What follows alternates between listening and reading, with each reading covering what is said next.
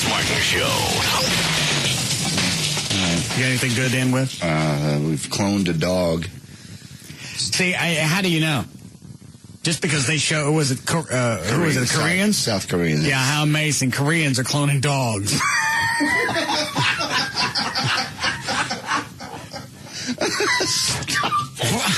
Stop that. It's true.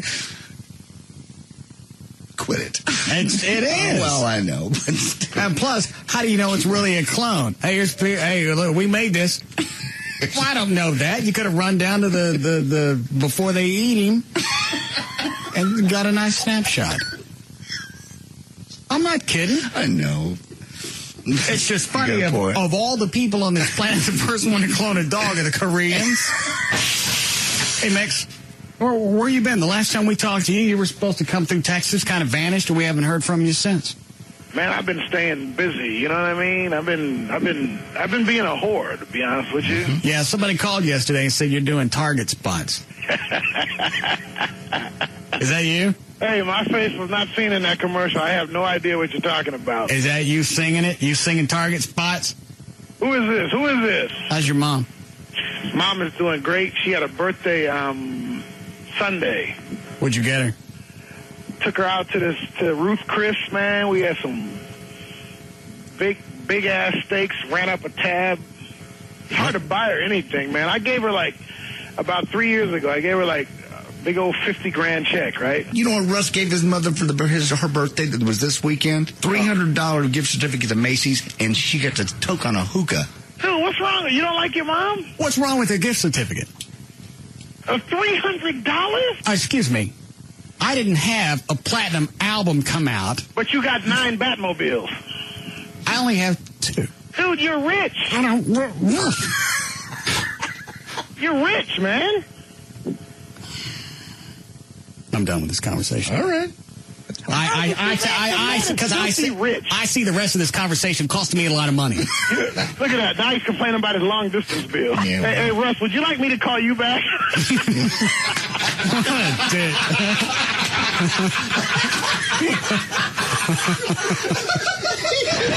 President Bush said yesterday he believes schools should discuss intelligent design along with evolution when teaching students about the creation of life during a roundtable. What is intelligent design? You mean like biblical stuff? The theory of intelligent design says life on Earth is too complex to have developed through evolution, implying that a higher power must have had a hand in creation. All right. Well, there's the course. Basically. Well, what else are you going to say? We believe that, we're too far along to have gotten here on our own. To bump in. We think somebody created us. How do you go into that? What else do you say? Well, all right, fine, I got it. Okay. Christian conservatives have been pushing for the teaching of intelligent design in public schools. Scientists have rejected the theory as an attempt to force religion into science education. Well, those are two sides. They got no business teaching it. Yeah, you're right. If it was anything else, to where it was based on suppositions and fairy tales, things that came off as fairy tales, nobody would allow that to be taught in school. You're right. You're true. You really have nothing that's when it's called faith-based. Yes. There's nothing really tangible that you can point at or hold and go, see? This is proof. You have a supreme being, and he created us. They don't need to teach that in the public schools. They got Sunday school for that. They got vacation Bible school. They got other places to run that past. You're right. It's all right for the teacher to say, all right, here, we're going to look at evolution. Some people believe that we're here from a creator, but here's what we're going to teach. If you got questions about this other stuff, talk to your family or somebody in church, but not here today. But we think we came from monkeys. Yeah. Okay. We could have come from monkeys. Well, we could. Nobody said that wasn't in God's plan. That's true. I mean, who knows? I've always thought that. I mean, seriously, think about it. Look how much joy we get from monkeys on a daily basis. Yeah. I mean, if I was God, I'd make monkeys before us. Okay. Seriously. Well, no. Well, the old bumper sticker. What? Which is, if we came from monkeys, why are there still monkeys around? Why didn't they? Because we like them. They're entertaining. So some of us grew up to be humans, and some of us got to stay and be monkeys. It's an offshoot. I see. I didn't know. I was just wondering what your theory is. That would be my guess. We're an offshoot from monkeys. Okay. And for some reason, some of the monkeys got to stay monkeys. Well, that's part of the plan. All right. Sometimes you got in the wrong line. Okay. Nobody.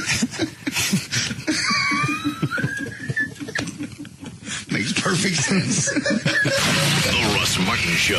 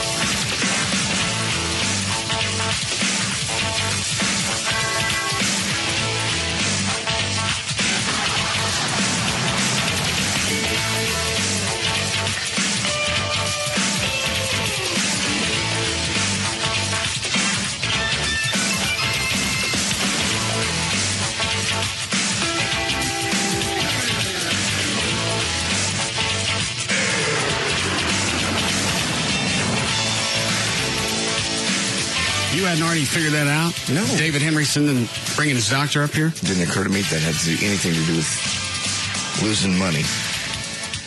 Had nothing to do with me and my well-being. I thought yesterday, what a very nice gesture. He's going to bring his own doctor up here, a neighbor, buddy, to check us out. Is Dr. Anderson his neighbor? Yeah. Oh. No. In fact, when Dr. Anderson was in Gavin's office giving me the once-over, David said, what is it we can do to get him through this? Because I lost $40,000 last week. No. And then I get an email from Gavin today. Nothing about, thanks for coming back to work probably 3 or 4 days before you should have. Absolutely. I know it's a pain for your voice to make it through 7 o'clock. None of that. It's, we got to come up with a policy on make goods because we missed a bunch of spots last week. We got to figure, you know what? Suck my... That just never... I assume every once in a while people just do nice things just to be nice. You're a fool.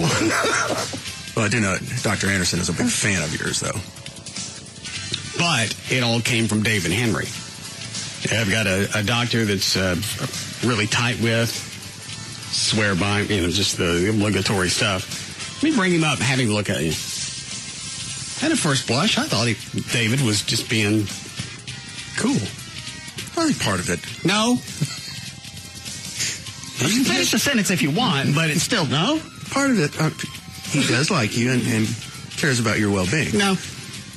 Cares about his bottom line more, given, but... Cares about the ratings, cares about spots, cares about live reads. I even told him, you got your choice. I'll either come in at 3 o'clock, I'll cut all the make goods, and I'll go home. Or I'll stay and I'll do a show. You guys let me know. Yeah. Because to me, it makes no difference. I like to go home and play in the snow. Did you make a decision, Gavin? Of course I want you to stay. And I want you to be good. I just asked.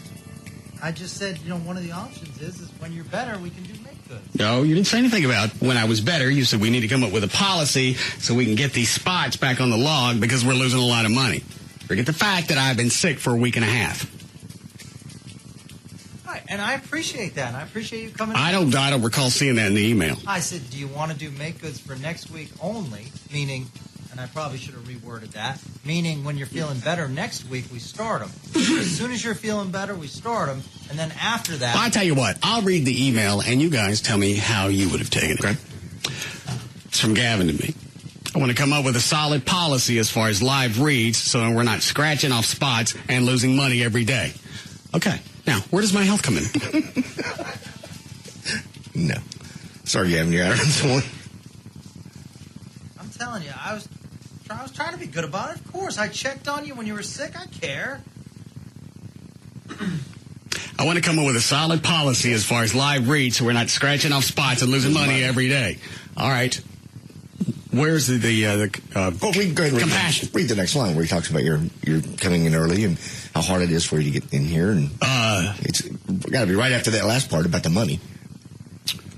No. It just says, if you no longer wish to receive email from the station's programming department, please reply to this email by using your email's reply button. Let me just do that. There.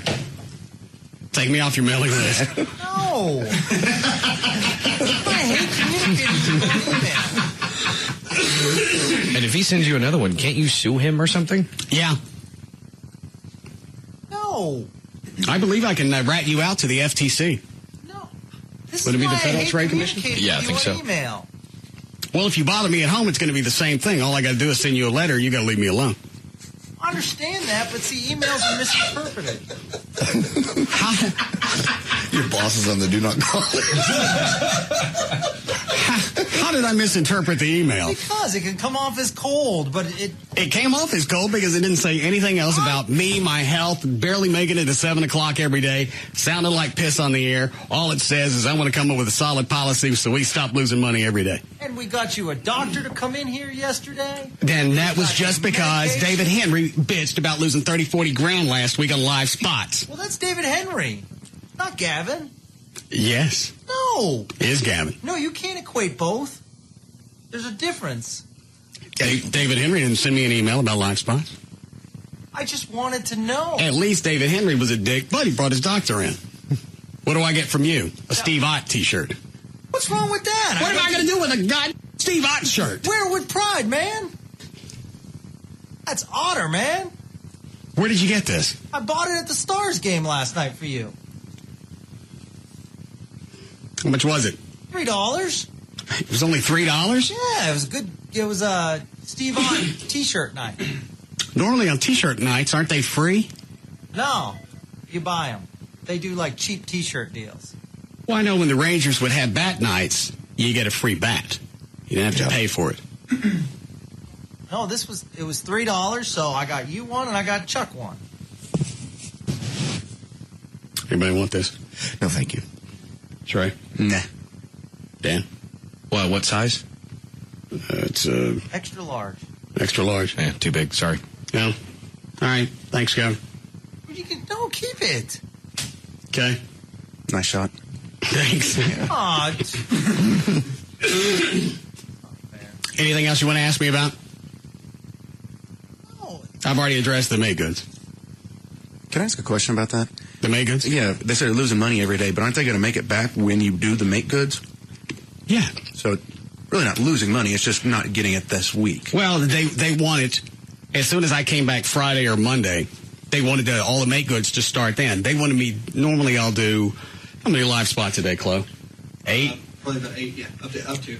They wanted me to do 16 every day. Yeah, with your voice barely making it to 7 o'clock. And I said, I can't do any live spots. Not only can I not do make goods, I can't do live spots. You got your choice. Show, spots. Makes no difference to me. I get paid. I understand. You'd rather be home playing in the snow. Was there snow at your house? Oh, yeah. But it's not supposed to. Gavin, can we get Brad Barton on? Yeah, absolutely. When is he doing weather on KRLD? Is he doing it? Free right now. Say it again? He's free. I'll take him. Thank you. I'll stay healthy. You're welcome. Feeling better today? Yeah, still a little raspy. Dr. Anderson? Yes. Sent this Zizol? Yeah, I think it's a new drug. Yeah, but I don't know when to take it. He just sent it in a paper bag. I believe he said you take that in the morning. In fact, Gavin brought in this paper bag and this Steve Ott t-shirt, and Dan asked me how come I was getting drugs from Steve Ott. I was thinking Otter was now a pharmaceutical sales rep. So I'm not really sure when it is. Is that Brad Barton?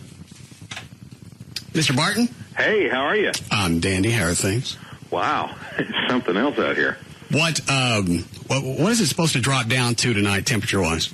Well, probably 28 to 30 in most areas. It's gonna be below freezing, I think, just about region-wide. So not a hard freeze, but enough for the overpasses. Enough for the overpasses and the sleet and snow that's been going on for several hours.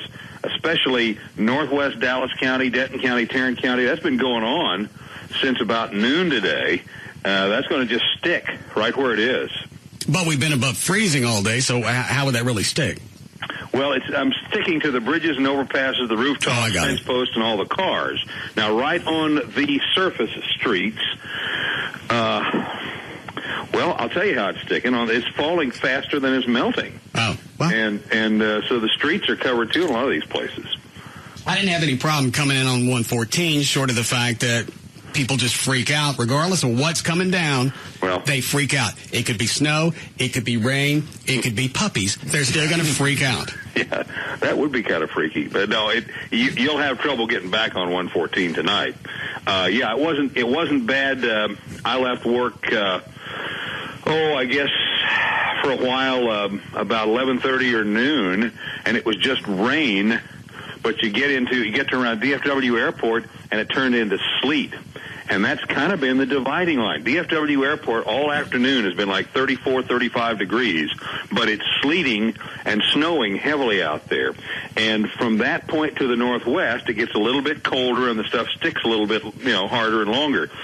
Southeast of DFW Airport through most of Dallas County, it's been rain mixed with sleet, and it doesn't look nearly so wintry. But just to the northwest DFW Airport, it's pretty bad. How much more are we supposed to get just in Dallas-Fort Worth proper? They've got us under a winter storm warning, which usually the criteria is about 4 inches. I don't know that we're going to get all of that 4 inches everywhere, but, for our purposes here in North Texas, and like you said, the freak-out factor, 2 or 3 inches is plenty to go just paralyze everybody. And I think 2-3 inches is real doable region-wide. Well, people don't stop and think, all right, it just started coming down. There's no way it's already frozen. No. It's not really slick. All it is snow. They don't stop and think that. All they see is ice, and they go, well... Yeah, that's right. They'll go 60 miles an hour until they get to a bridge, and then they'll slam on their brakes. And nobody has any... As I'm coming down 114, Brad was right, as I went through Grapevine, it came down harder. It was more ice than it was rain. You get to Irving, everything's fine. People still pulled over underneath the underpasses because they don't know what the hell to do. That's right. What's that crap hitting my car? Yeah, that's right. If I can hear it hitting my car, then I've got to stop under an overpass somewhere. I got to recover from this. That's right. Do what? And it's again, it's not that the weather is really bad. I mean, it is. It's something to be concerned about. But at this point, the way I came in, it wasn't anything more than just heavy rain. In Dallas, that's what it's showing right now. Yeah, right. It's not the action, it's the reaction. Right. And then the high tomorrow is supposed to be what? Well, we'll get this snow out of here. It's going to get lighter. I was looking at the radar. It's going to get lighter. I would say within a couple hours, it's going to get a whole lot lighter. It's going to change over to all snow.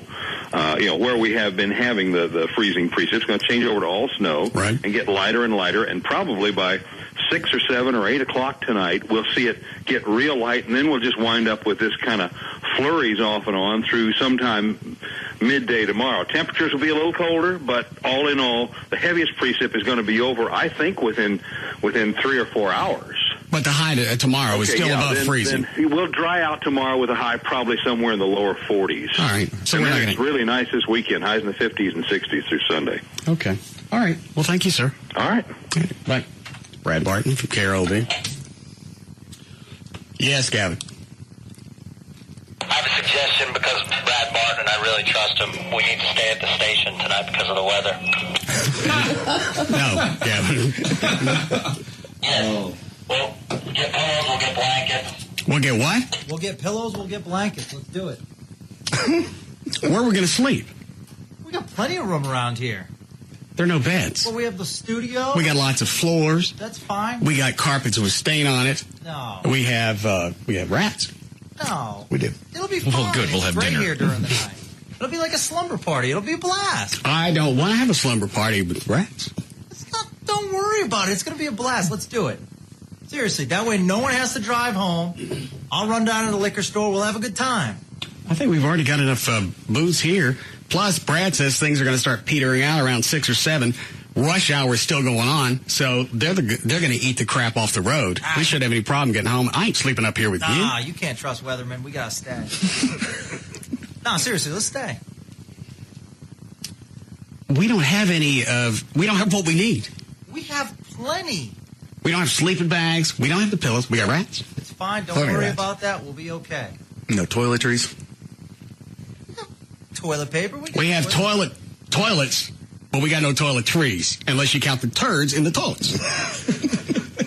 We have and in that essence, then you're right. We have toiletries. I'll call out for takeout. It'll be great. It'll be a lot of fun.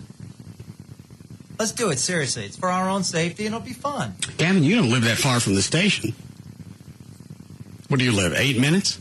Yeah, how about that? All right. Why don't you go home and we'll stay up here? Well, what's the fun? Oh, God, that would freaking eat at him for the entire night. Yeah, they're up there. What are they doing? What are they saying? We're up here having a big slumber party, and Gavin's at home. It's all the guys. Would it be one of the guys? Somebody sent me an email this morning, said you were on Jagger. Yeah. You get some? No. We did a segment called Ask the Program Director. Oh. How long were you on? About 25 minutes. What did people ask? Various questions. Of course, whether I sit to pee was one of them. Okay. Is that one still a mystery to them? No, I told them I don't. Okay. Well, that's why it's a mystery. Go ahead. They asked if everything that you do to me is real, and I said yes. They asked, how do I put up with you? And I said... Did they ask you anything about Jagger Show or the rest of the station? Yeah, they asked some of the questions about the rest of the radio station. They asked how I pick programs. And yes. How do you do that? Short of somebody kissing your ass for 2 or 3 months. No. It's all about creativity. If you can feel it. If you know what I'm talking about, Trey? Oh, yeah. How did you pick Big Dick Show? Like I said, creativity. He brings a lot to the table. He's very guerrilla marketing. Just because you don't agree with it doesn't mean anything. Come on. Nobody agrees with it. That's not true at all. Okay. Not true at all. So that's how you pick So, it. short of kissing your ass, how do you get a show here? Like I said, you can send me a tape. It's all about creativity. If I feel it, if I have an open position. I think the first time you got a tape from Big Dick, you said it blew. What changed? No, I did not say that. Trey? Yeah. No, I did not say that. I didn't like that interview at the time. And we have changed it. I heard it. There was nothing wrong with that interview. He was talking to, who was it, Grizzly Adams? Yeah. Yeah. How could you screw up an interview with Ben Haggerty? Boy, you really bring up the dirt, don't you? That's his name? Yeah. There's no way to blow that. Grizzly Adams. That's fine, and he was at Dick's wedding. Grizzly Adams? Are you serious? Yeah. He couldn't get Matt Houston? No, he had it at the Bunny Ranch. He's friends with Ben Haggerty. He had his wedding at the Bunny Ranch? Yeah. Who was the best man? Lee Horsley? I don't know. Don't do that when I'm sipping something. Wasn't that Matt Houston?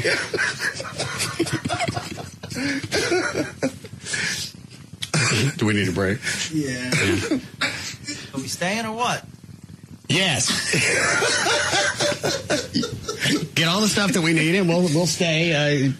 We're going to need some food. Food's not a problem. We'll get food. I'll get air mattresses. Build a campfire. Blankets. And do what, Cliff? Build a campfire. Yeah, all right. Well, I'm not going to go do this unless you're in. I'm saying. Because it took me, I left the house about 2:10, and I got here about 10 minutes to 3. And that was while things were okay. I can't fathom what it's going to be like going home tonight. Exactly. So I'll stay. John, yours is going to be about the same drive. I'm in. All right. Trey, you going to stay? You going to go home? I'll stay. Okay. It's a party. Dan? Yeah, there's an overpass between here and my house, so I have no other choice. Chloe? Probably not. No. Okay. Most of us are staying. Chloe's going to go home. Okay. I'll take care of it. Okay. Good. We all want separate sleeping bags. Got it? We'll get blankets. No deuces. No. It's fine. We can sleep in separate rooms if we want. Yes. Do you need, like, change of clothes? Should I get some sweatpants? It depends if you sneak up on me tonight.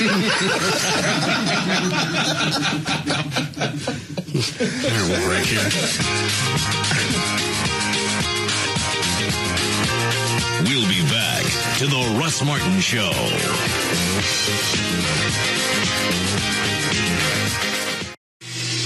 Get down, get down, get down, get down, get down, get down, get down, get down, get down, get down, get down, get down, get down, get down. Now, back to the Russ Martin Show.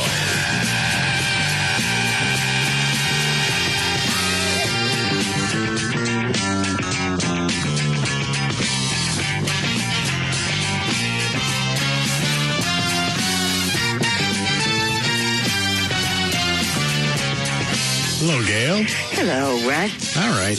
Go with what you got. All right, then. It's brought to you by Don Davis Auto.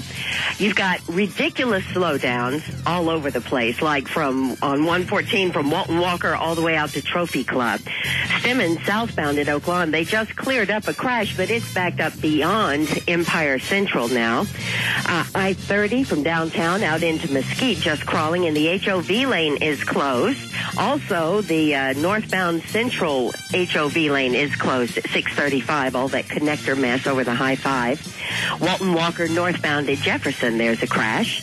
On westbound 20 before Great Southwest Parkway, they just cleared one. You're backed up to Spur 408.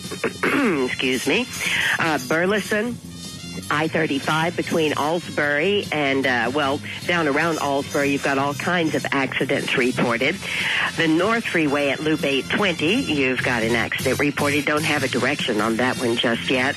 In Roanoke, southbound 35 past 1171, a crash. I mean, they're going to be everywhere, and any highway you hit is just going to be pretty much sitting there. So there doesn't necessarily have to be a wreck. It's just going to be slow, so be patient. I'm Gail Lightfoot on the Russ Martin Show. Thanks, Gail. As I have to tell you, there's a winter weather warning tonight all the way through tomorrow morning. 28 for the overnight low, depending on where you are. It's raining or snowing currently. 43 for the high tomorrow. It's 33 now at Live 105.3. At every local affiliate, we've got all the TVs on.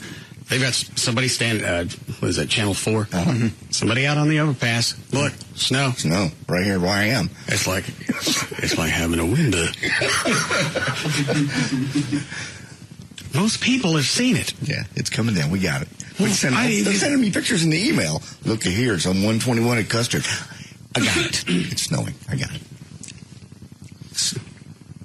Gas tray. Speaking of things I've got, don't send the link to the video of the Marine throwing the dog off the cliff. I'm not going to watch it. Russ isn't going to watch it. And there's nothing we can do about it. Is it coming with a message? Oh, people are like, you need to investigate this and get on this guy. Well, they don't even know if it was real. They don't know if it was real, and, if it is, I think the Marines can handle it. They can do it. Yeah, the Marines don't know who it is. What kind of investigation am I going to conduct? There's a name that keeps floating around, same name, so they do evidently know who it is. It's just whether it's real or not. The other guy in the video identifies the gentleman holding the puppy toward the end of it. The serviceman? Yes.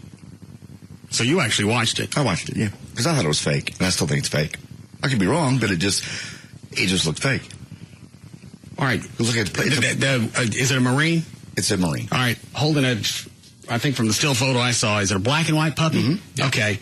And then 6 weeks old. What happens from there? He just holds it by the neck, and the other guy... By the neck? By the neck, like, behind the skin. Got it. Like you would a cat. Correct. Yep. All right. And another guy walks up and he goes, "Oh, isn't that cute? It's a puppy." And the guy holds it up to the camera. The dog doesn't move very much. It doesn't really look like it's a real dog. It looks like it's a puppet of some type. And the guy just leans back and throws it, and you hear the cries go, whoop, whoop, whoop, and a kind of a thud noise. Now, Dan, you watched it without the audio. Right. Look real to you? It could pass as real.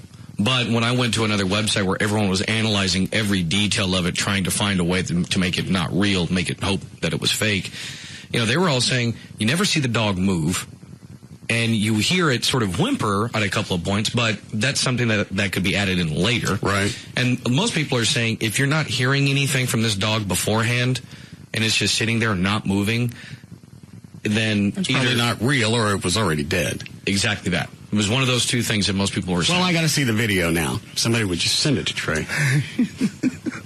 Not the link. I need the actual video. You've changed your mind on the attachment. Now I got to see if it's real. I blew it off because I just didn't want to see it. And it came with a disclaimer: if you're a fan of Heart, don't look at this. Yeah. And if there's nothing I can do about it, I don't want to watch a dog get thrown off a cliff. I truly believe, and I believe everything I see. I don't believe it's real. Okay. What were we in the middle of doing? Oh, Flo gave me a whole list of songs that Trey could do at the white trash party. Oh, fun. Am I going to know most of these? Probably about 3/4 of them. All of them are hits. Pop charts. What's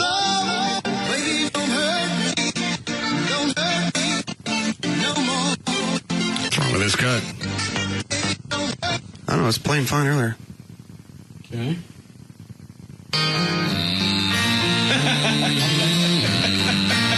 I couldn't stand this song. What is this? Crash Test Dummies. Never heard of it.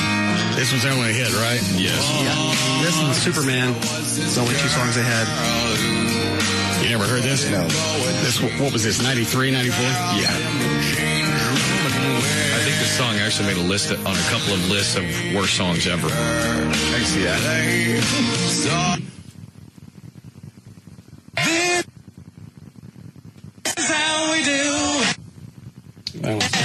That one's not going to play. What was that? At Montelway? Yes. Switch decks. That lower deck sometimes is bad. I thought this was a new deck. It is, but when I am in here working with audio, that one screws up sometimes. How come nobody told me that? If you remember, I actually sent an email first Saturday it was in here, and I said that lower deck is going to crap out sooner or later. All right. And what did Gavin say when you told him? I sent it to you and Gavin, and I don't know if anything was ever... Gavin, you fix it yet? Anything that's sent to me, I forward straight to engineering. Okay. So nothing's been done. I don't know. That's what that means. Yeah, nothing's been done. Okay. All right. Thank you. I'll take it out myself. Oh, no. Not today. Well, not today. No, just because. Try it again. This is how we do it. Yeah, it's lower deck. It plays now. This is how we do it. I don't know. You like this one, Trey?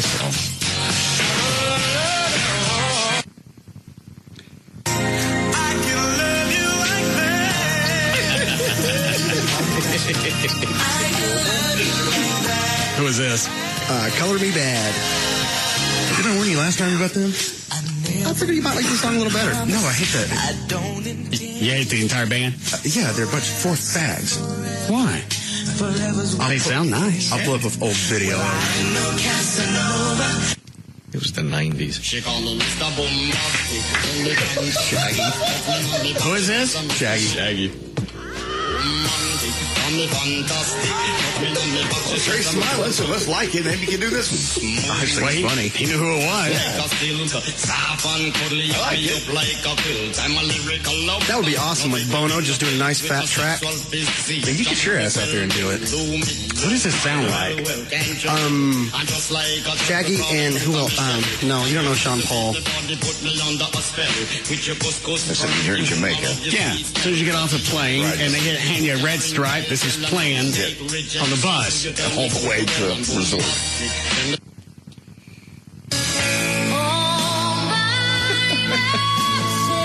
Celine Dion. Standing out there in just one spotlight on Trey. In a dress.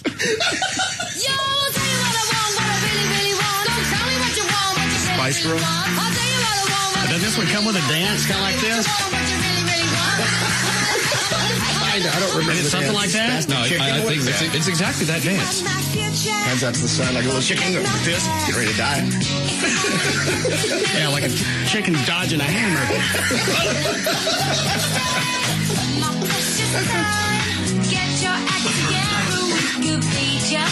You like any of these so far? Here's the dance. Yeah, that's it.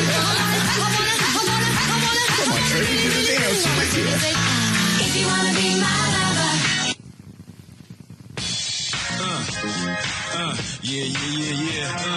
She's missing a left channel. Well, here, I'll just do it.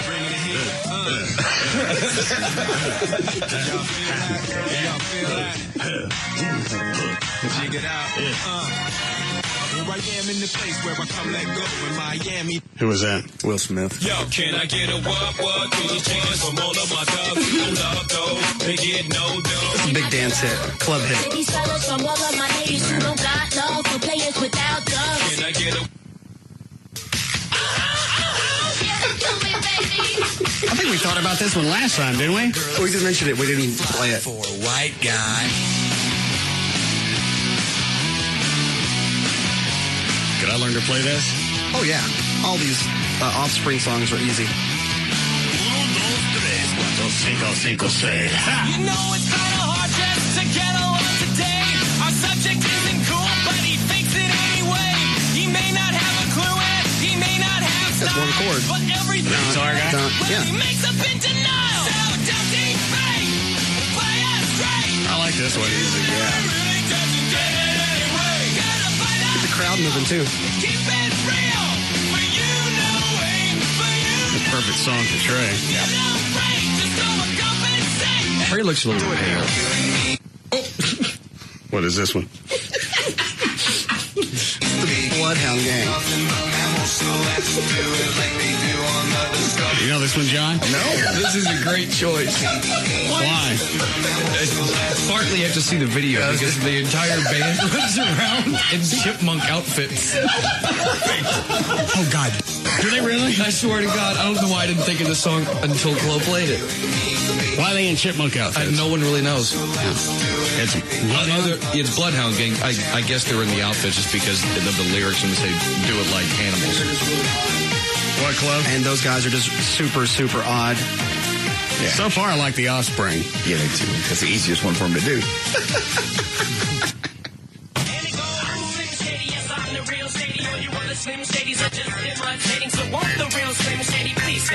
That Eminem? Which one touches you, Trey?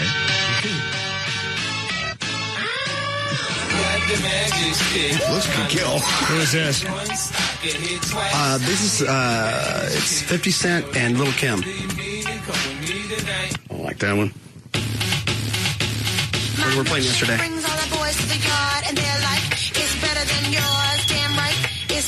Anybody look at that video I sent? Sick bastard. The black chick singing Milkshake? Thank you so very much for making my morning suck. Did you see the video I sent? Now, You suck worse. what did Trey? Oh, God. What did Trey send? What did you send? I didn't get it.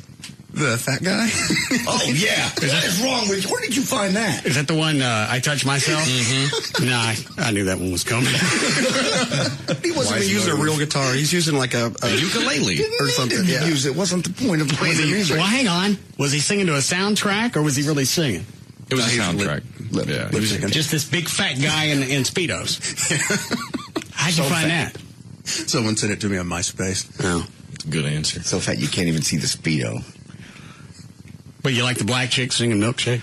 No, God. You know they're coming out, and there they are. They come out, and she's playing with them, and they're just milky. Better than yours, I could teach you, but I have to charge. My milkshake brings all the boys to the yard, and they're like, it's better than yours. Damn right, it's better. Yeah, I'm still hanging with the pretty fly for a white guy. I like that one. You think I can learn that one? Yeah, oh, easily. All it is, it's just timing with a chink, chink. What is it? The chink, chink of the guitar. Oh. How many chinks in the song? It's a bunch. Okay. Easy to do. Can I play with a normal guitar? Absolutely. All right. Any guitar will work. Okay. Can I play just standing there, or do I have to be on the slope? No. You can stay flat-footed. Okay. Promise.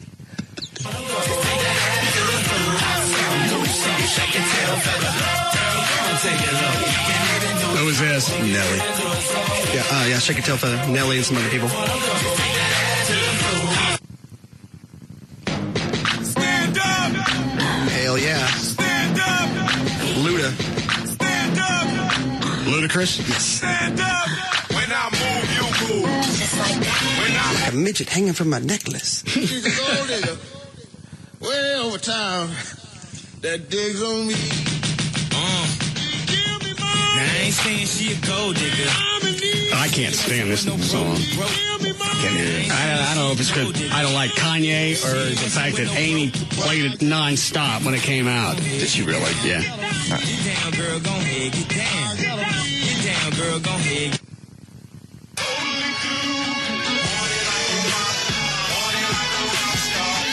Huge dance hit.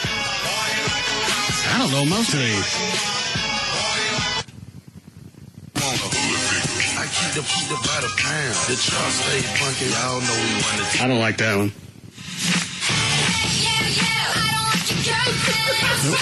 Who was this? Avril Lavigne? Is that who this is? Yeah. Oh, wow. What's wrong with that? I don't know. I like this one.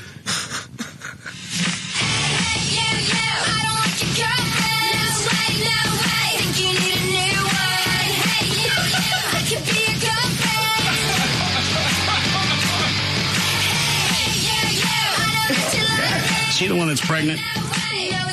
Allegedly pregnant. Yeah. Oh, all right.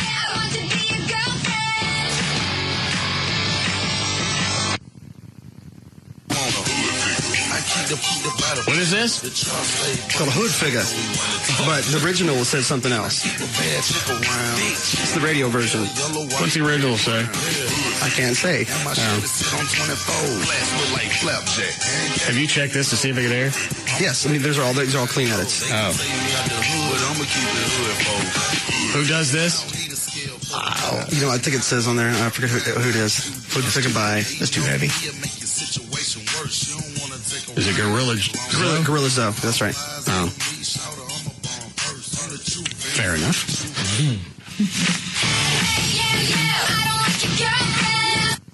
I like that one. 1, 2, 3 o'clock, 4 o'clock, rock. Does this go into something else? No, this is it. 9, 10, 11 o'clock, 12 o'clock. I don't get that one. I'd rather have something black. Okay. Or the Offspring. Yeah, I'm thinking of the Offspring. You put your right foot in, you put your right foot They can lead everybody in the hokey pokey. You do the hokey pokey. For so long, beautiful smile to hide the pain. I know it's Bette Midler. I don't know the song. Wings? Really? Wings. Did you ever know that you're my hero?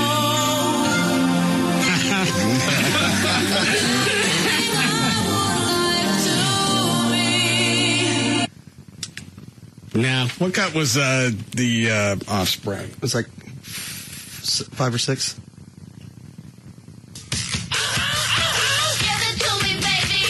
The backup singer to that part? And all the girlies say I'm pretty fly for a white guy. Yeah, pull up the guitar tabs in the break. See if I can learn this. Cool. Right on. Sounds like 2 chords. Says, you know it's kind of hard just to get along. Okay. Speaking of songs, are you going to do, what about maybe doing a sermon this year? It's been, Sorry. What? It's been several years since you've done one. A big sermon? Do a The White Trash? Reverend Manning sermon? Oh. You have, So when was the last year I did one at the White Trash? Was the year JD fell off stage? So that would have been 2004? 4.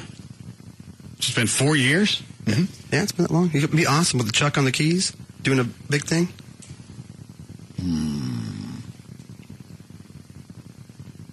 Guess I could do it before the band went on? Yeah, before the band. Sure. Yeah, Heal Some Souls. It was big. Wasn't it a big deal? Of course, I didn't see it last time. Had you already fallen off the stage by the time I was doing the sermon? Yeah. Yeah, because before you came out on stage, the choir came out on stage. JD introduced the choir. As JD's walking back, they knocked him into the pit. Oh, okay. Or no, I'm sorry, he fell into the pit. So I climbed back up on the stage. I'm walking down the stairs. all the people you're getting ready to heal all want to talk to me. My shoulder's screwed up. I didn't realize you missed that much of the party. I missed all of it after that. Yeah, I was at the hospital 10 minutes later. Did you come back? No. I didn't get out of the hospital till 4:15. Okay. How long before we need a break? About 3 minutes. I guess I could do that. Speaking of the Reverend, somebody wants you guys, here we go. What do they want? The Reverend Manning impression on their ringtones. The ha-ha GD, yeah. The what? When you go the ha-ha. Oh. Has to be one of the funniest things I've heard in a long time. As long as there were threats like, your baby will be born with an adult arm. The vagina one. You rock, boss. Keep us laughing. What did I say about the vagina? Duck-billed. Oh, yeah. Duck bill in the vagina.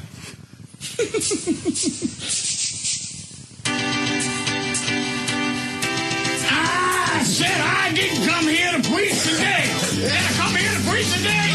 I didn't come here to preach today, but I just want to tell you about Jesus. Can I get an amen? Gee, I speak for Jesus. You speak against me. You speak against Jesus. Speak out against me. Your time's coming. I'll give you dog feline leukemia. I'll give you snake spina bifida.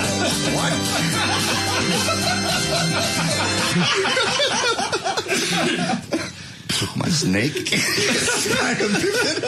Yeah. That's bad. God! That's good. Yeah, I can work something up for the party.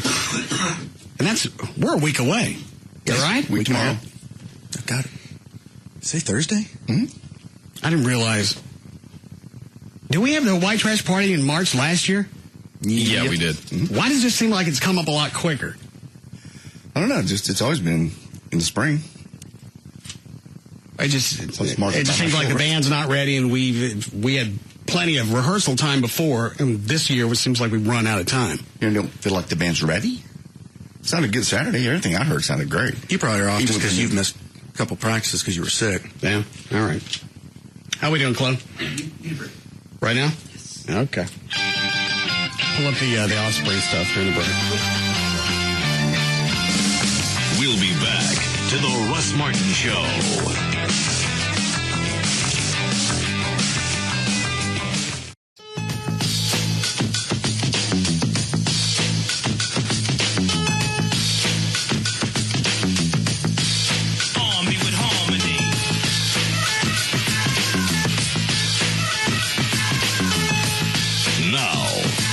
To the Russ Martin Show. Hey, drop a load on him.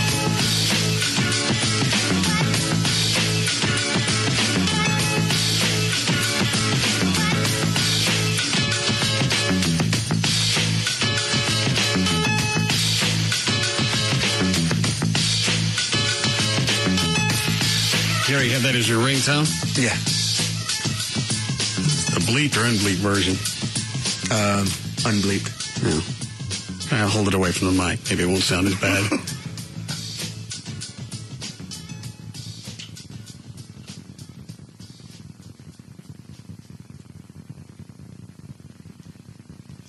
You phone lock up like you do? No, I just have to get to it.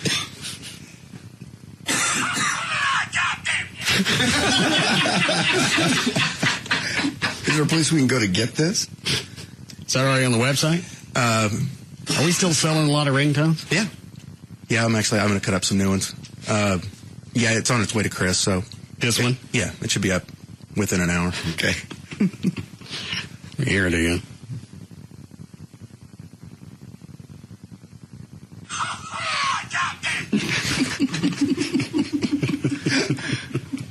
I know it's from his phone, but in my head, when I hear it, I'm imagining a little doll. Yeah. And you put a little string. Yeah. Like a little Reverend Manning doll. Yeah. A little string, but... Go ahead. Child's Play 7. All right. Anything else before we get to news? Just in case you needed it for any reason, I went ahead and pulled the lyrics for The Offspring, Pretty Fly for a White Guy. You see it. There, Trey. No. I'll just look at it. Okay. I think I almost got the riff down.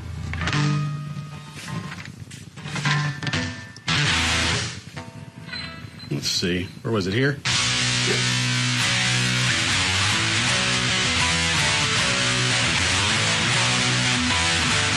that it? Sounds like you got it. Yeah.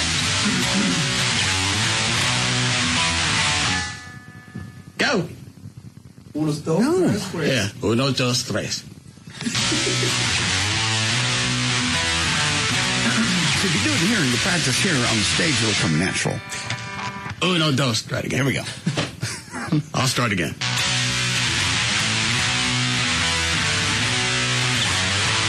And go.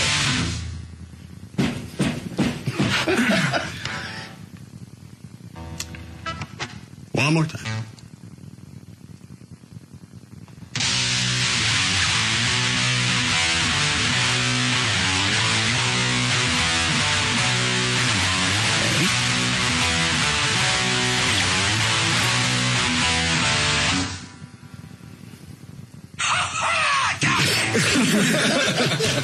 That ain't it.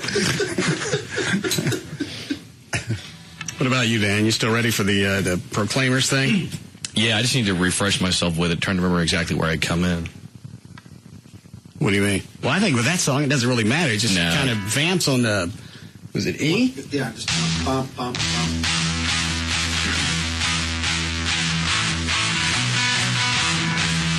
When I wake up, well, I know I'm gonna be the man who wakes up next to you. When I go out, yeah, I know I'm gonna be the man who goes alone with you. And if I get drunk, well, I know I'm gonna be the man who gets drunk next to you. And if I have yeah, I know I'm gonna be the man who's having next to you. Okay, here we go. But I would walk 500 miles and I would walk 500 more. All right, okay. All right, good. Trey, you want to try that one with him? That is so hard to do sober. Yeah, I'll give it a shot, sure. All right. You don't want to try the Offspring? Not the really. time to learn the song. Huh? I said I learned the song. Yeah, I can tell it was so difficult for you. Well, one break. You had it down. Hard for me. Didn't seem like it. Okay. All right. Ready for news now? Sure. Okay. Somebody sent us an email about the weather. Rebecca Miller got fired. Anybody hear anything about that? From Channel 5? What happened to Rebecca Miller on Channel 5 News? She's been removed from the weather and is no longer on their website. Maybe she ain't the wrong person. No. What, you mean like the news director? The news director is baby. No. I brought my baby in, set it down for 2 seconds. I come back. Rebecca Miller swallowed my baby. Looked up just in time to see 2 feet kicking on the way in. Stop it. There's just 2 shoes left on the counter, the anchor set. I knew something was weird. She came over and gave my baby a little jacket with pineapple rings on it. Is she really gone? I went to the website. She's not on the website. She's not on the, where they list everybody that's part of the team. She's gone. How long has she been there? 17 years. They have a tendency to do that to people that have been there 15, 17, 20 years. They have new management come in?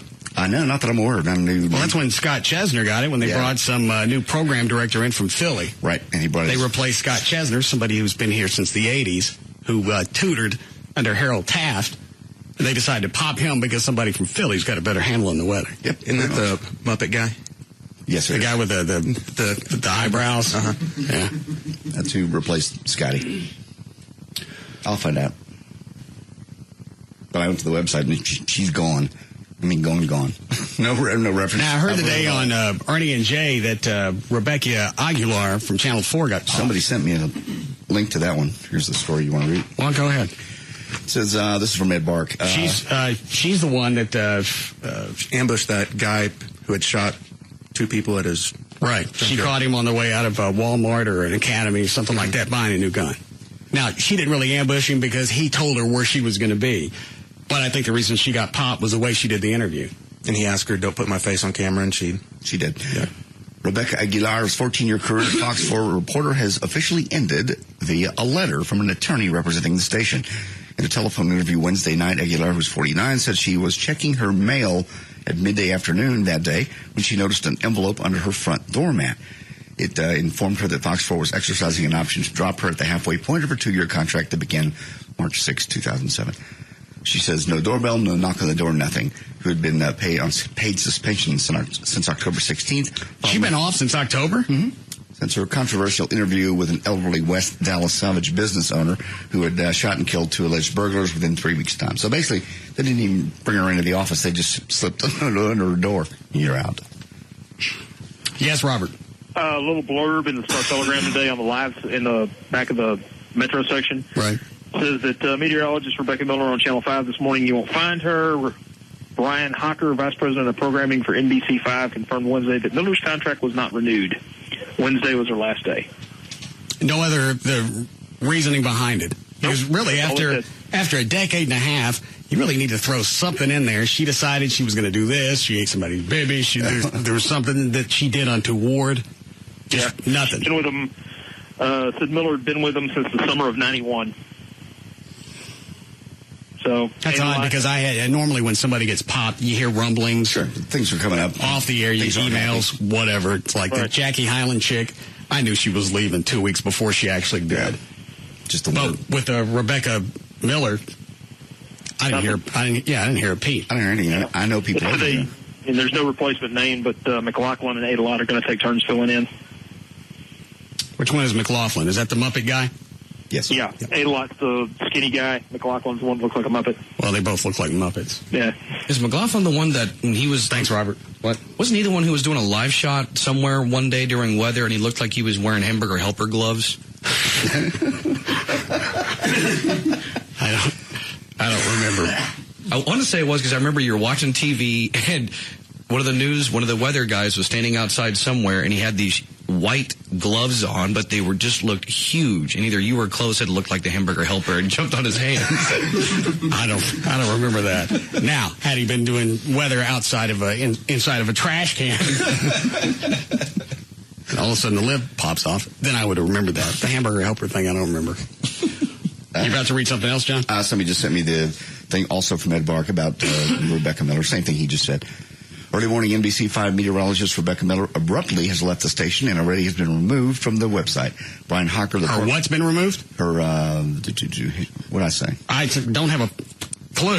She's already been removed. She has already been removed from the NBC5i.com website. All right. Brian Hocker, Director of Programming and Operations, confirmed Miller's departure Wednesday, but said the station would have no further comment because it's a personnel matter. Well, then she didn't leave on her own. No. Because if she did, they would say, she went to ABC, one of the other affiliates. They would have given her a big send-off and a big, wave, and the last night on the set, and here's the cake after 17 years. What kind of cake? Just one that says, congratulations, you're moving on, and happy times. And little baby cake? No. Baby cakes. There you go. Here's your going-away cake. It's a Little Debbie.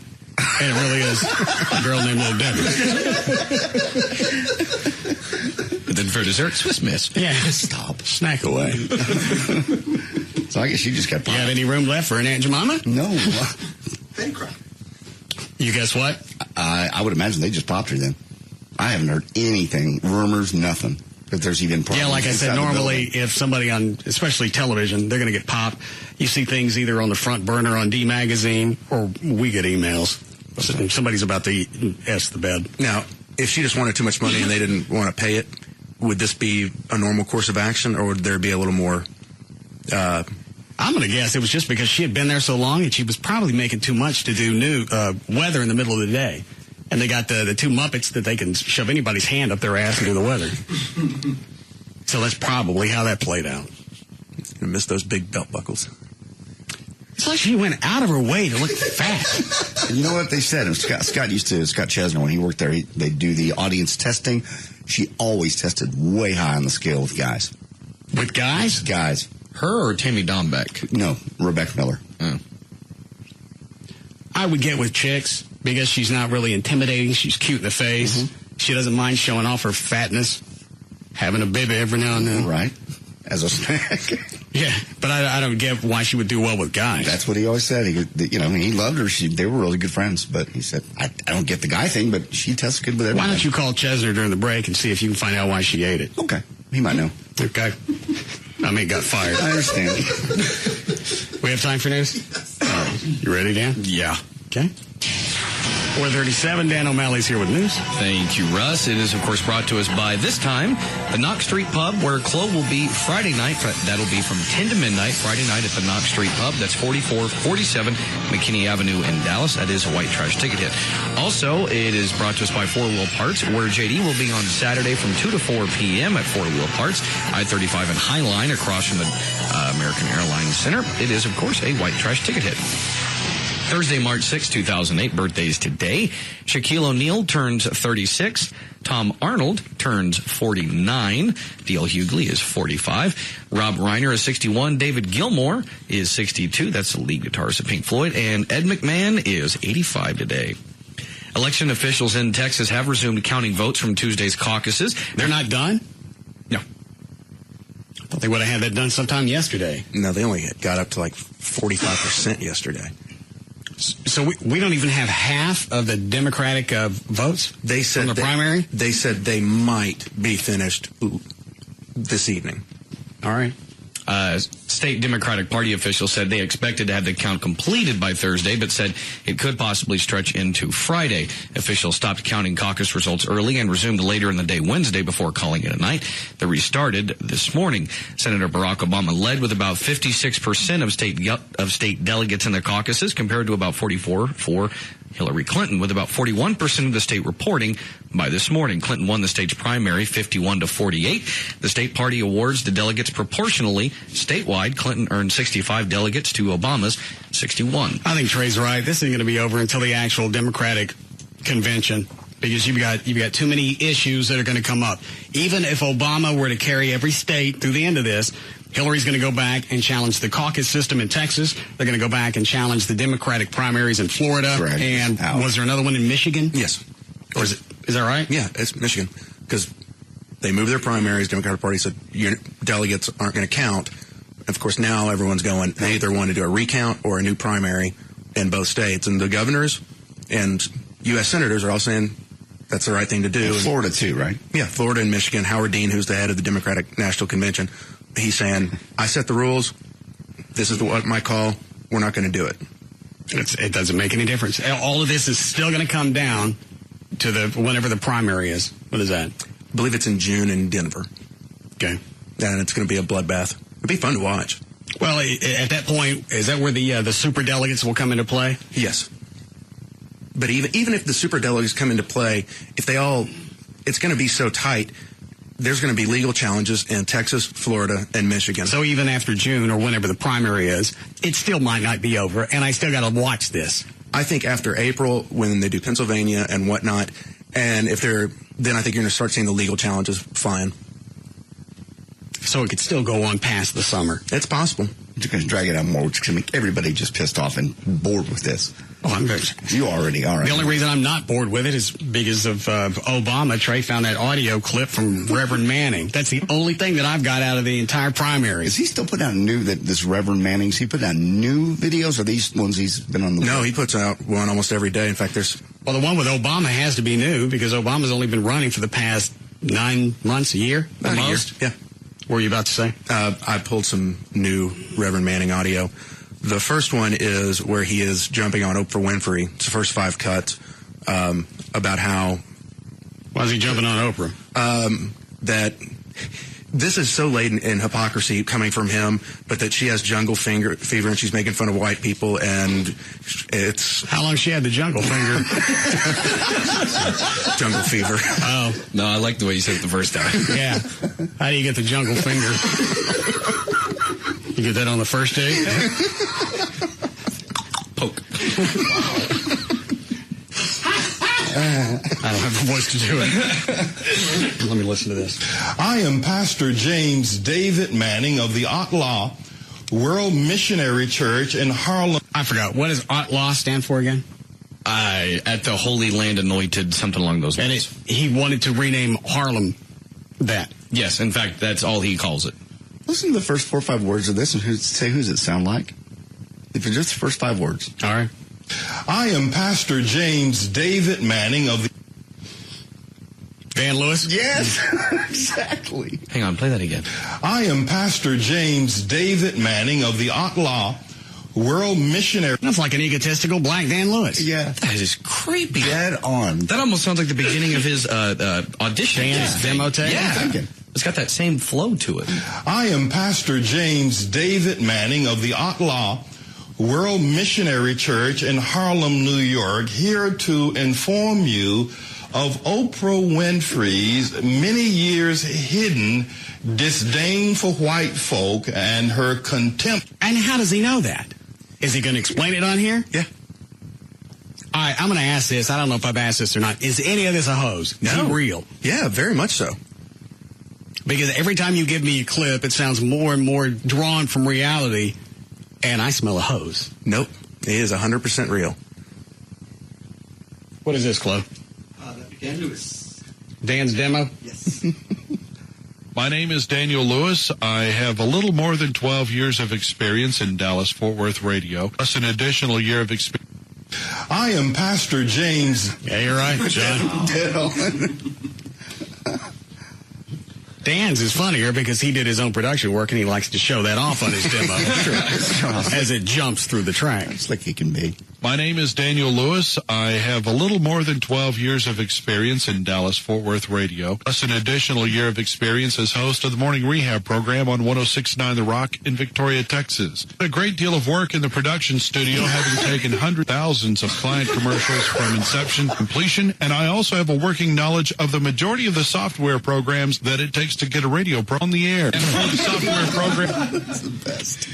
Now, to his credit, he said just to get it on the air. He didn't say it was going to sound really good. Smoothly. I got an email from JR who used to work with Dan down in Victoria. I got an email from him a couple of days ago. He said he thought he was going to get fired. Anybody hear from him? No, I haven't heard anything from him since why don't you Christmas. check with him during a break? Okay. Because they had threatened it on and off. Because he had called up and told us about Dan Lewis and working on his sister station and just all the other stink that went along with it. I would think that all that would have gone away by now since Dan Lewis isn't even there anymore. Why would it make any difference? It's a market that's on the coast of Texas. We're not going to share any audience. And it's not like JR called a competition there in Victoria and said, all right, here's what's going on here. Yeah. How many tracks on this? No, there's 7 tracks. How we doing, Chloe? Break in 4. Pay careful attention to some statements that Oprah made in her zealous support of Barack Hussein Obama, and she mimicked the voice. I told you he was going to be big on using Obama's Middle name. Yep. And he does it almost every time here. Voice of middle America white woman, and then asserted that she did not care what middle America white women thought. She was voting for Barack. Why does he sound more reserved here? Is he not in front of his congregation? No, he does like a daily lecture at his desk to a video feed that they put on the internet. All right. So with these, he's not as animated. He sometimes gets animated, but no, not near like he is in the pulpit. Barack Hussein Obama, who is black. So in a large sense, she is saying, I'm aligning myself with black folk over against any justice towards aligning myself with white folk who have supported me and made me the billionaire that I am. How do you know black people haven't helped her with her career? No, he makes it sound like the black community. Nobody's got any cash. I mean, I'm all right with a nice off-color joke from time to time. Yes, you are. But none of this is satire. Everything that's coming out of him, he's preaching as the gospel. I'm sure. Obama is half white, so he's white trash. Oprah is catering or turning her back on the white people who made her successful. There's not any satire in that. No. None of the black people. There are none of the black people had any money and made her successful at all.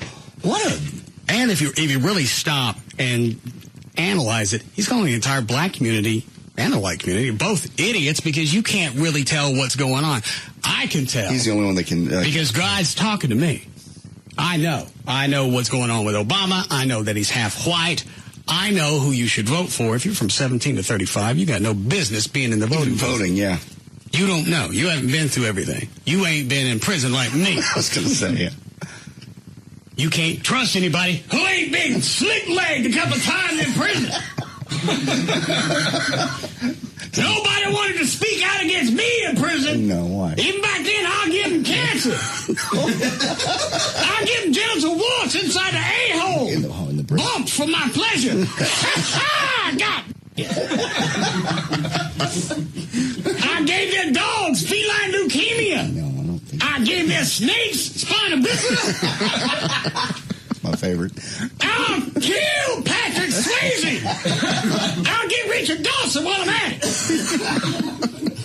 I'll give you chlamydia. I'll give you genital warts. I'll give you hepatitis A, B, C, and match game 74 and 75. Ha! God! Yeah. Where was I? We were playing the actual audio from the guy. Oh, thank you.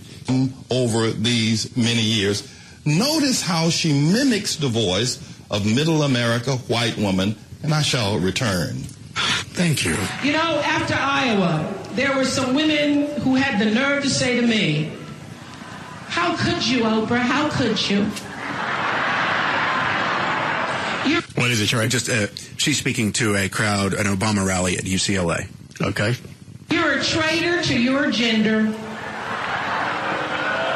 Yes.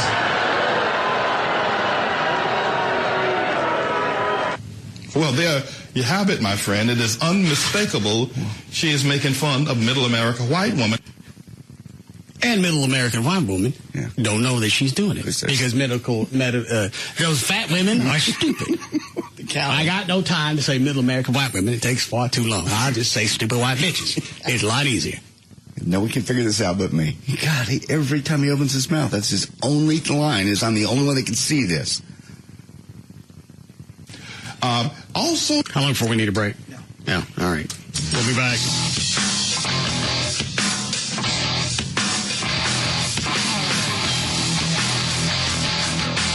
We'll be back to the Russ Martin Show.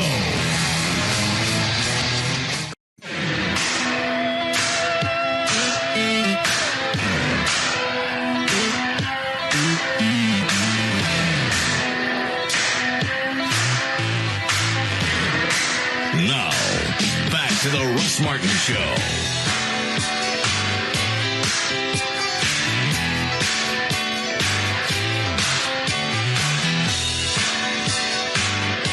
Which one is Brad Barton on? He's on the hotline. The other one's Gail. Mr. Barton? Hi, how you doing? Anything changed over the last couple hours? Yeah, it's better from west to east. The snow has pretty much ended over most of Denton County and Tarrant County. It's kind of flurries right now around DFW Airport, and then off to the east into Dallas and Collin County. It's still rain and sleet and snow mixed, and the temperature's getting a little bit colder. So still kind of a mess eastern half, but in Tarrant and Denton and Wise and Parker counties, we're back to snow flurries now, and that's probably going to be the pattern the rest of the night. And the high again is tomorrow is what, in the 40s? Oh, 43, 44, something like that. All right, so all of this should start burning off, what, mid-morning tomorrow? Yeah, I think so. But we're going to have problems on bridges and overpasses tomorrow morning because we'll have lows of 29 to 32. I think we'll have a lot of trouble, even in the areas that haven't had so much sleet or snow, because it'll be close to freezing tonight. And then after we all get to work tomorrow, then let the sun do its job, and it should be all right going home tomorrow afternoon. Well, I don't come until 3, so I don't give a rat's ass. How about that? Yeah. All right, so nothing else has changed. I know this front originally came in sooner than most people expected. The snow started a little bit sooner, and it got ugly earlier than we figured. But the nice thing is, it's going to end a little bit sooner too. Does Gavin pay you extra when you have to come in on days like this? I wish. No, he's no. This is it. That's all there is. Has it always been like that? It has been for about as long as I can remember. What does he do for you? You get extra money when you work extra? I don't work extra. Golly. I barely work minimal. I like your gig. How much extra would you like, and I'll jump up his ass? How much extra? Another 10, 20%? That'd be great. Any of that'd be great, yeah. All right. I'll split it with you. I'll split the increase. No, you're an old man. You keep it. Thank you. Gavin. Yeah. Yeah. You don't pay this old guy any extra to come in on weather days? He loves it. Well, it doesn't make any difference if he loves it. There are a lot of retarded kids who like being bag boys. The Kroger's still got to pay them. His hobby. He enjoys it. Does he very well. Does he at least get a salary? Yeah, he gets paid very, very well. What's he make? I'm not going to get into salaries, Russ. I'll take you off the air. No, What's he make? he does very well. How long's he been there? He has been there close to, he's going to be celebrating, I believe, 30 years coming up. What's he making? He does very, very well. 70, 80 grand? I'm not saying. You at least paying him six figures? I'm not saying. You're a tight ass. I'm not. How am I a tight ass? He's been there for 30 years. He's really, as far as I remember, the only meteorologist on staff for any radio station. He is he's the only licensed meteorologist on staff. All right. Really one of the only ones in the country. So where are you going to be if he quits? Because that's going to be my suggestion to him. That's not fair. Today. No. Channel 5's got an opening. He slide right over there. No, we give him everything that he needs. That's always the nice thing about McNeil. He'd always tell you what people made. Yeah. Bob would get toasted and he'd tell you whatever to make any difference. I think one time he actually left the salary list out on his desk. He was napping that day. Oh, I got to get to Gail. Hi, Gail. Hi, Guy. I'm sorry, what do you got? I have got, a bunch of crap. You have got problems. Oh, and this is brought to you by TX821, by the way. All your highways are horrible. Here are the various and sundry items. Northbound 75 in Sherman at FM 1417. A wreck has you backed up all the way to Anna. In Decatur, 287 at 380. It's icy. You've got signal problems. Royal at 75. Also, Harry Hines at Market Center. North of Azle, 730 is closed between Reed Road and Nob Hill. In Flower Mound, FM 1171 is closed between 377 and Shiloh. And then your HOV lane on I-30 is not open, and the HOV exchanges at 635 and 75 are not open this afternoon. And I'm Gail Lightfoot on the Russ Martin Show. Thank you, Gail. Needless to say, we have a winter weather warning tonight. 29 for the overnight low for the most part. Then into the 40s tomorrow, so things will burn off by noon. It's 33 now at Live 105.3. All right. Anything else on this Manning thing? Because It's worth listening. Wearing this one out. It's really worth listening to because it's so hypocritical of the crap he says.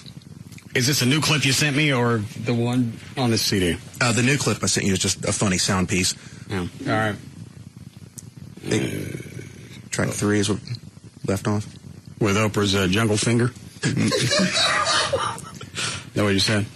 Is that track 2 or track 3? I don't know. I'm just playing. Whatever. Also notice that Oprah uses the one complaint that has always been used by... Did he call her Oprah the first time? I don't think so. Also notice that Oprah uses the one complaint that has always been used by blacks against whites here in America when she brings up the issue of freedom, stating that I'm a free black woman, referencing the ongoing complaint of slavery here in America. Take note of this as well. I was both surprised by that comment and insulted because I've been a woman my whole life. And every part of me believes in the empowerment of women, but the truth is I'm a free woman. I'm a free woman. I'm a free woman. I'm a free woman. Unless she adds it here in the last 8 seconds, she doesn't say free black woman. No. So, my friend, there you have it. Oprah Winfrey now has or is revealing her jungle fever. Because she said she's a free woman. Oprah said that. Yeah. I don't understand this one at all. Is that track 3 or track 4? That's 4. Then play track 5 and you'll die. It's all right. Last one. Because really, I can't have a conversation with him, and it's pissing me the F off. The other thing that we'd like to be able to express is that the black people are able to get away with bloody murder when it comes to things that they say compared to what white people who have to speak. Oh, you just didn't? Damn. Yeah, that may be the best one yet. Woo! The other one, and the one about Hillary. How does he justify that one? Short of the fact that he's getting away with it. I listened to this, and I nearly fell out of my chair. And you haven't cut any of this up. It's not out of context. It is not out of context. The other thing that we'd like to be able to express is that the black people are able to get away with bloody murder when it comes to things that they say compared to what white people who have to speak in the closet, otherwise they'll be fried before the world. Oh, you didn't.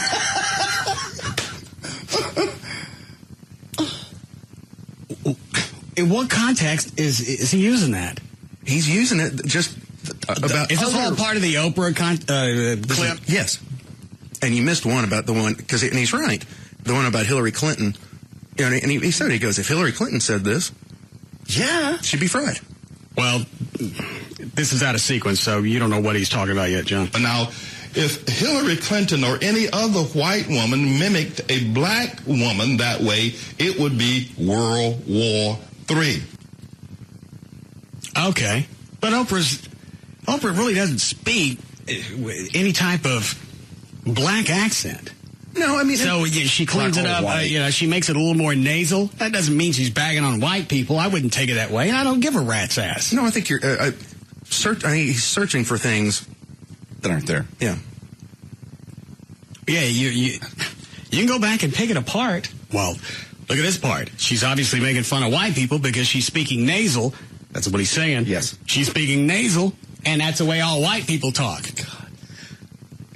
The other thing that we'd like to be able to express is that the black people are able to get away with bloody murder when it comes to things that they say compared to what white people who have to speak in the closet.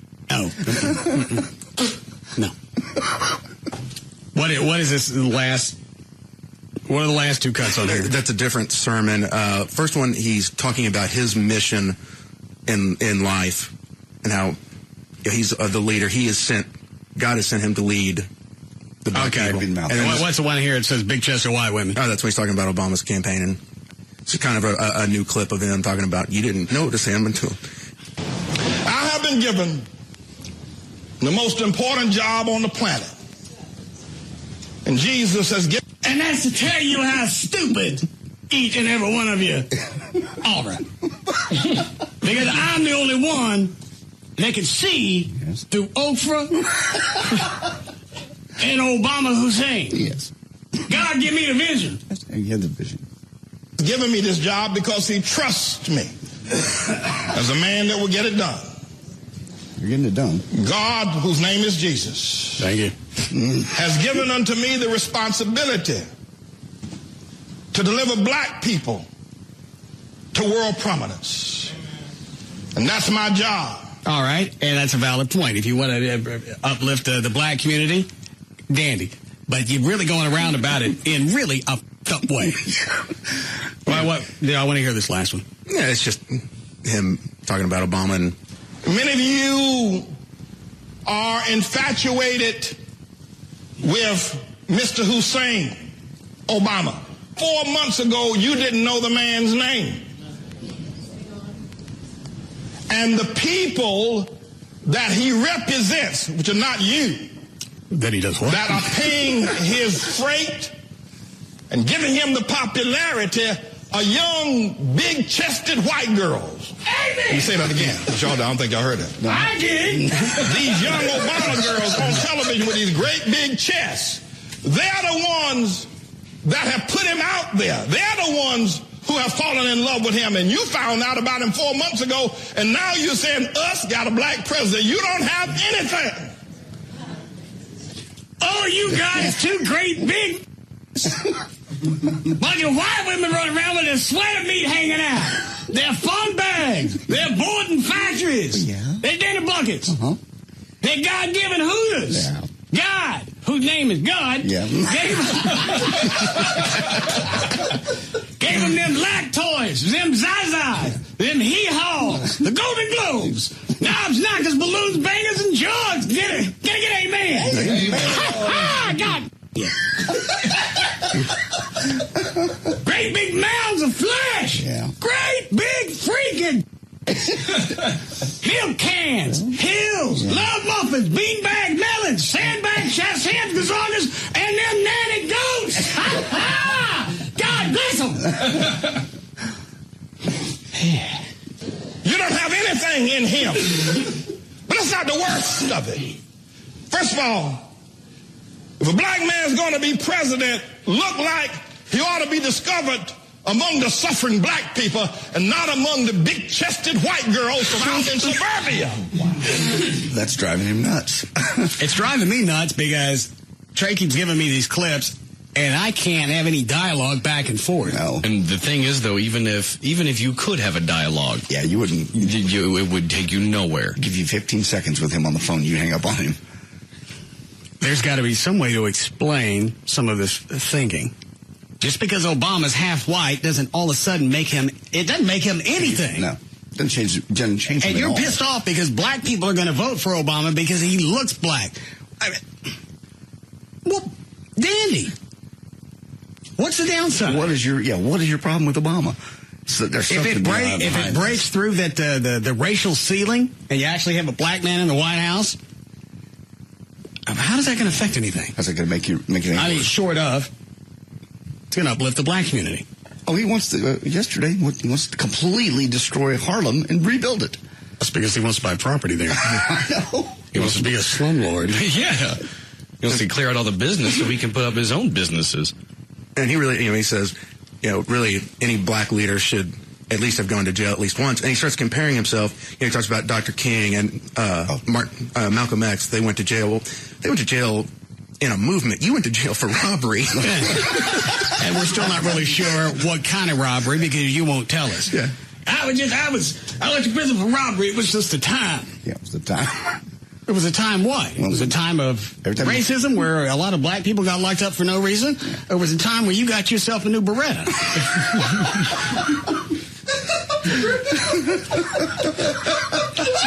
It was just a time. I got a new gun.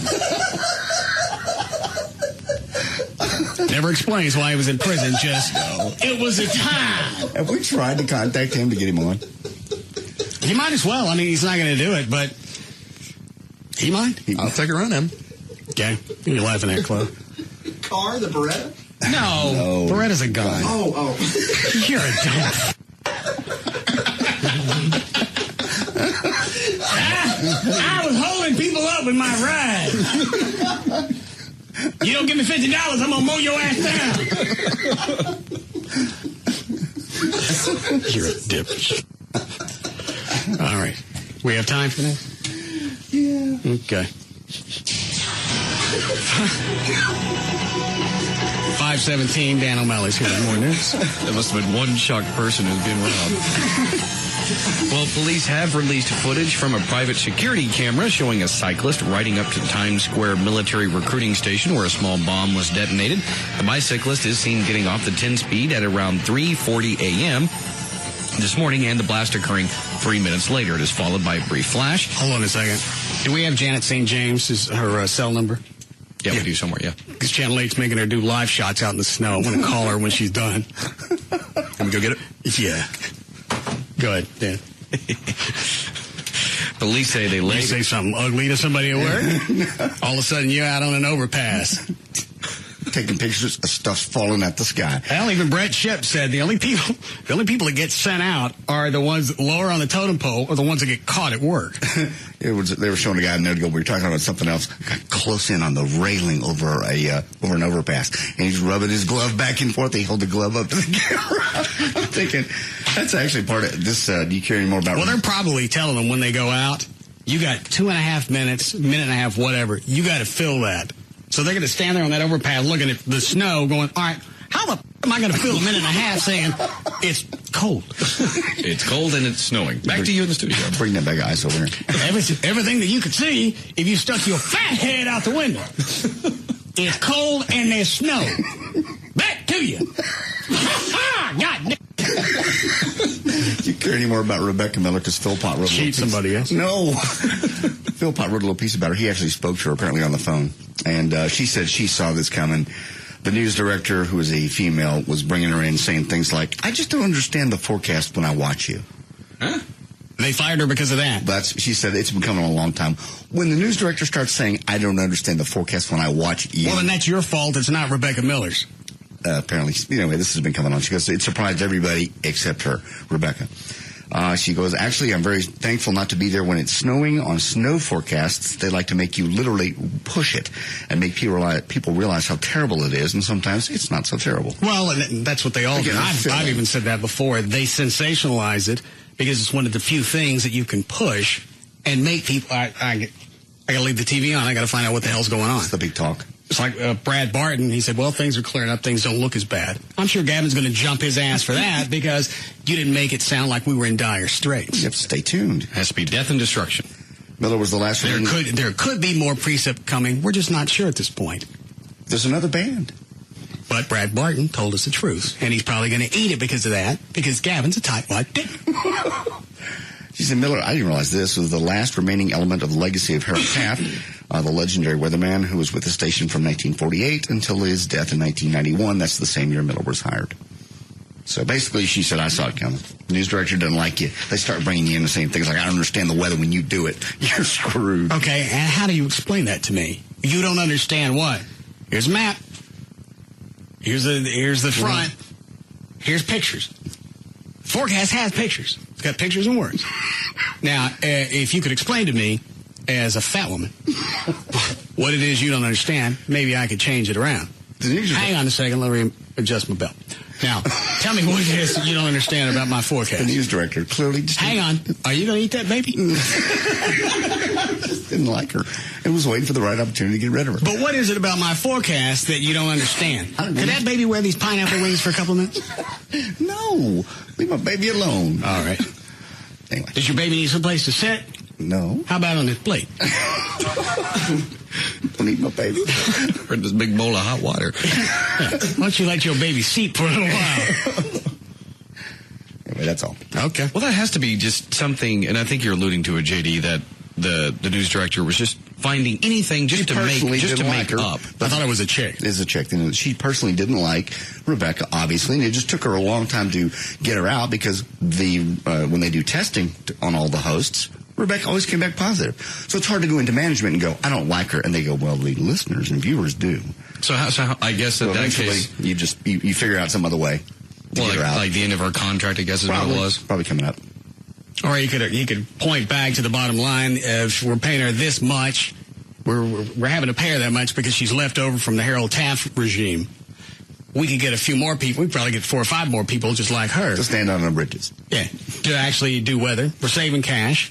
And we don't have to keep our babies locked up someplace like veal. Possibly. Rebecca Miller's veal farm. All right. Anyway, so she's out. That's why. And we could stop putting up memorials for everybody else that she's eating. No. She's eating anyone. What happened to Scott Murray? I believe he just went off to do something else. Yeah, to be digested.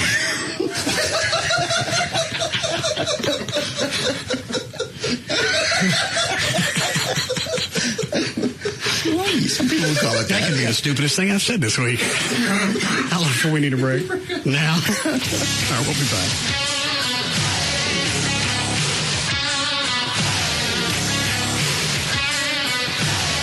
We'll be back to the Russ Martin Show.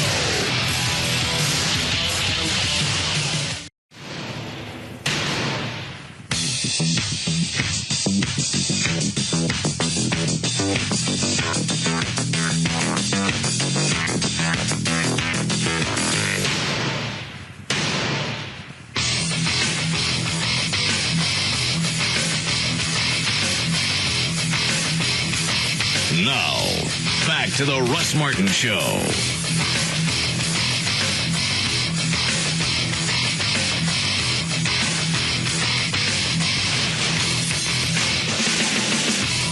What's the story with Southwest?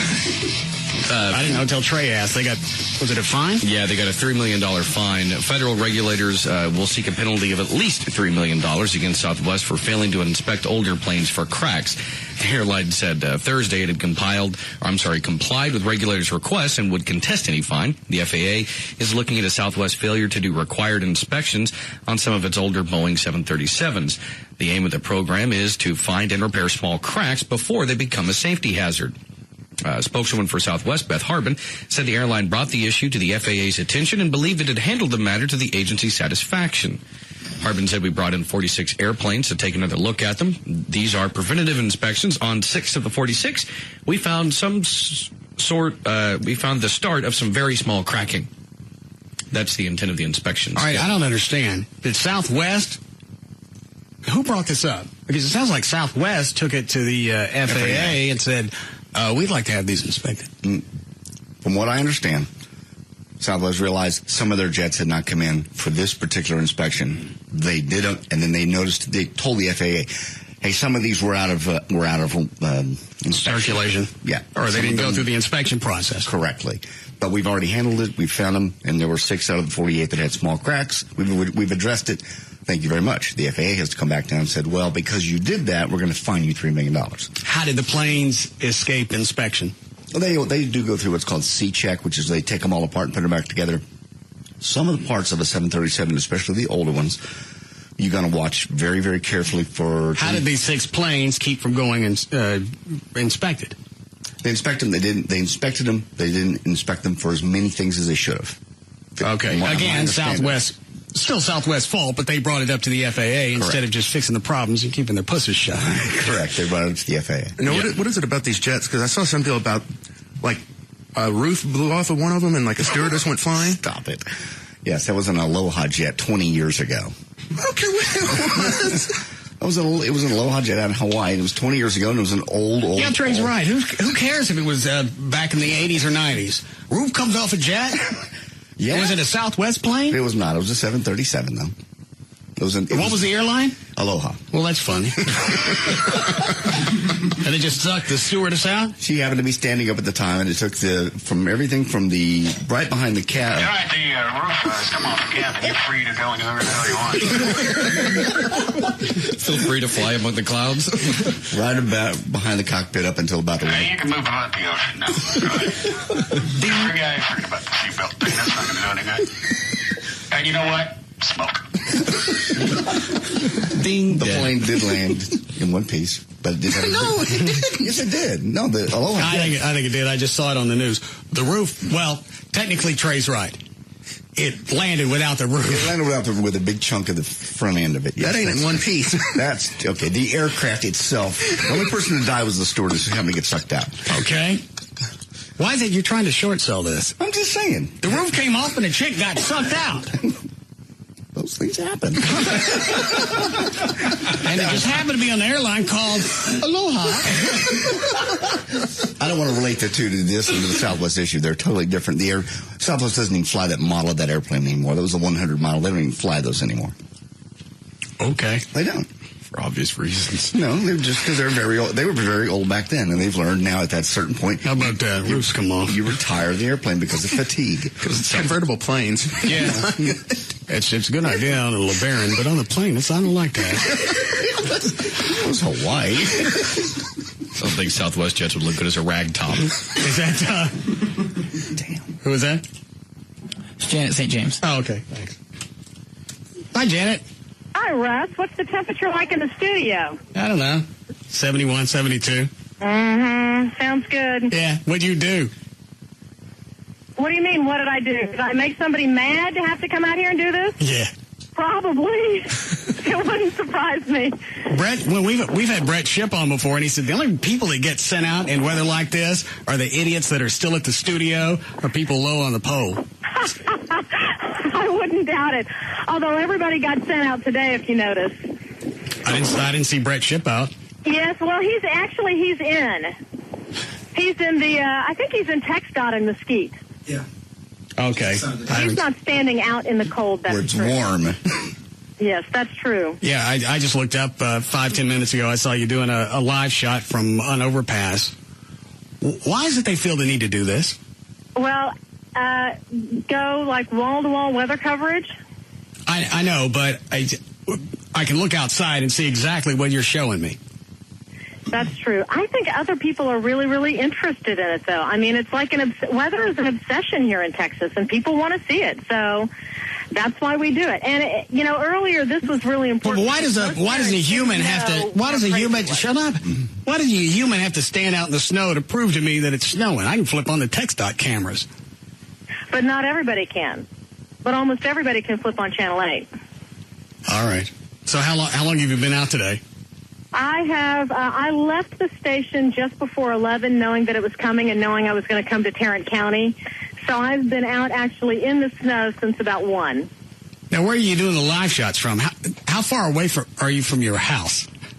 I'm not that far from my house, but unfortunately my car is parked on the other side of Fort Worth, so I'm a long way away from home. We're at Texas Motor Speedway. I'm actually in the driveway of Texas Motor Speedway, not far from the school district that I went to go cover. Oh. You need a ride home? Because I'm going to be leaving in about an hour and a half. It'll take you a long time to get here. If you haven't been on the roads on this side of town, it's a mess out here. Is it a mess because of the traffic or actually what's on the road? Because those are two different things. Actually, what's on the road. And really, in the last couple minutes, I've seen it start to speed up a little bit. But there's at least 6 inches of snow and ice on the road out here. It doesn't matter what falls out of the sky. People freak. It's whether it's going to be detrimental to the driving or not. People had come to an absolute stop when I was on 114 coming in, parking underneath the overpasses. They were doing it. Just because it was snowing. It was awful.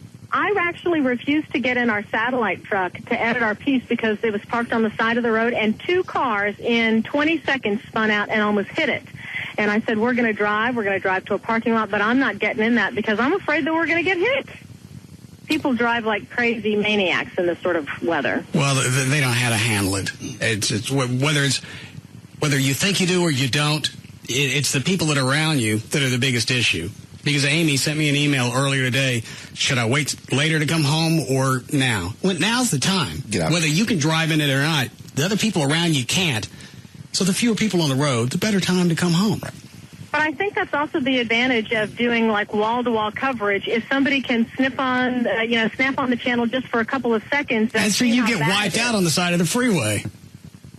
No, if they're at their job or home or whatever, if they just see a little snippet of the news and can see how bad it is, then they'll know. But if you've got regular programming and you don't let them know, then people might stay at work. They may not know how bad the roads are and might not give themselves enough time. That's not what it is. You're out there to scare people. The roads are slick. Obviously, you're going to have to watch the news, dynamic news, for the next couple of hours because something could happen. That's true too. That's your job to go out there and sensationalize it.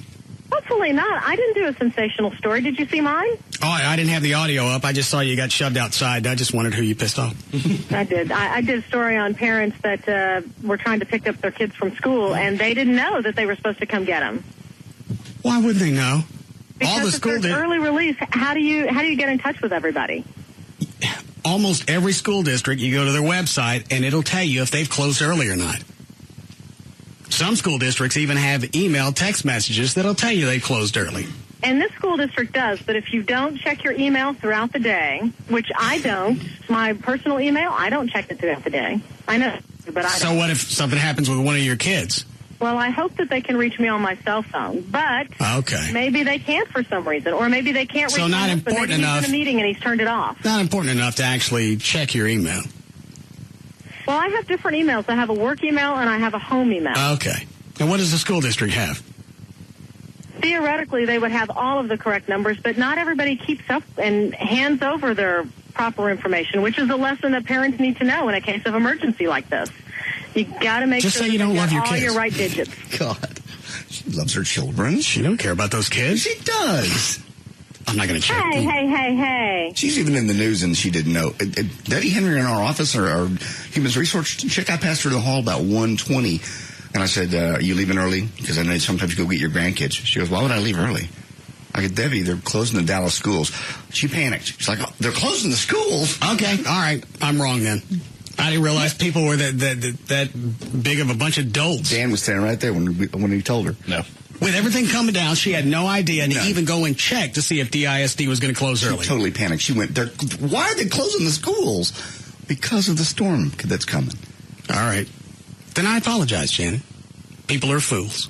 No. Yes, people they are. also busy and have lives. You can look outside and you know that there's a storm coming.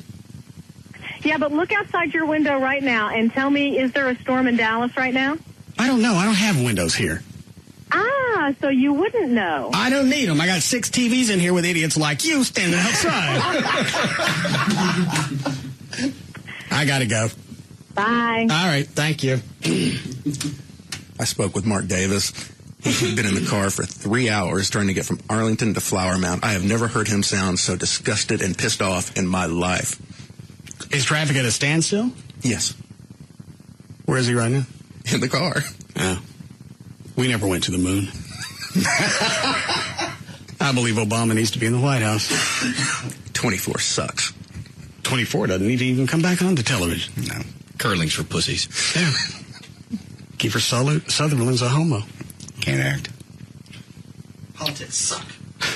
Politics are a waste of time. The entire voting process is a waste of time. What else twists him? Love communism. Republicans should never be in the White House again. Yeah, we need a good red in the White House.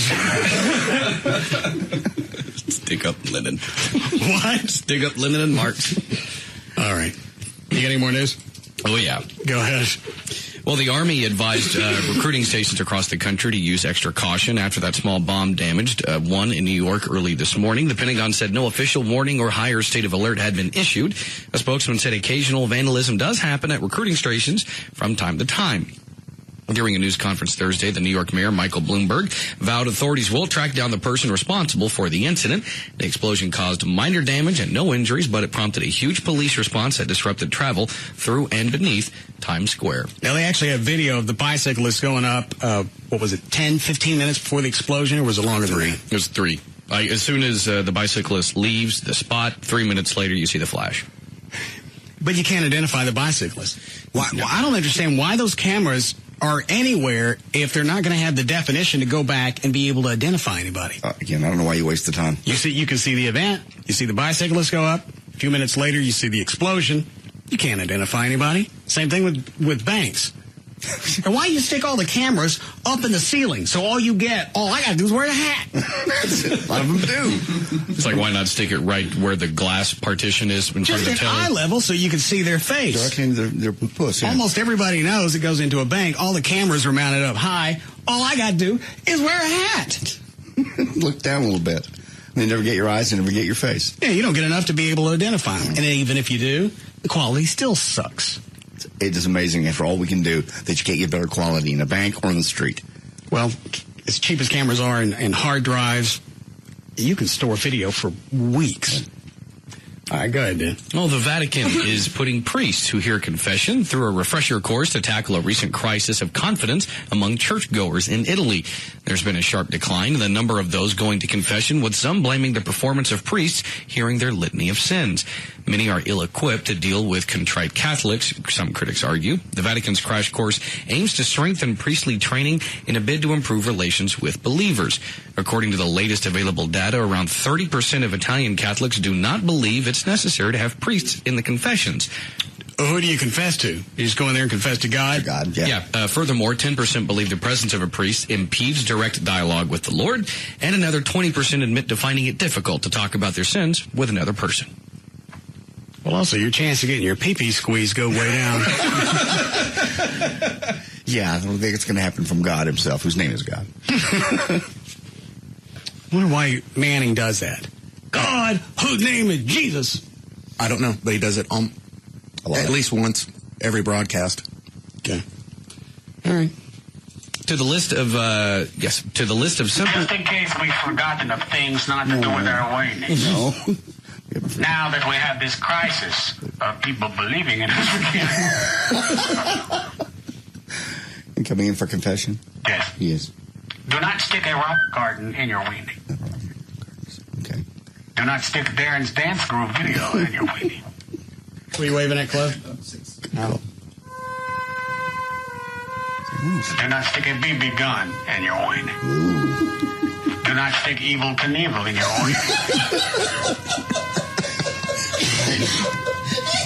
Bad idea.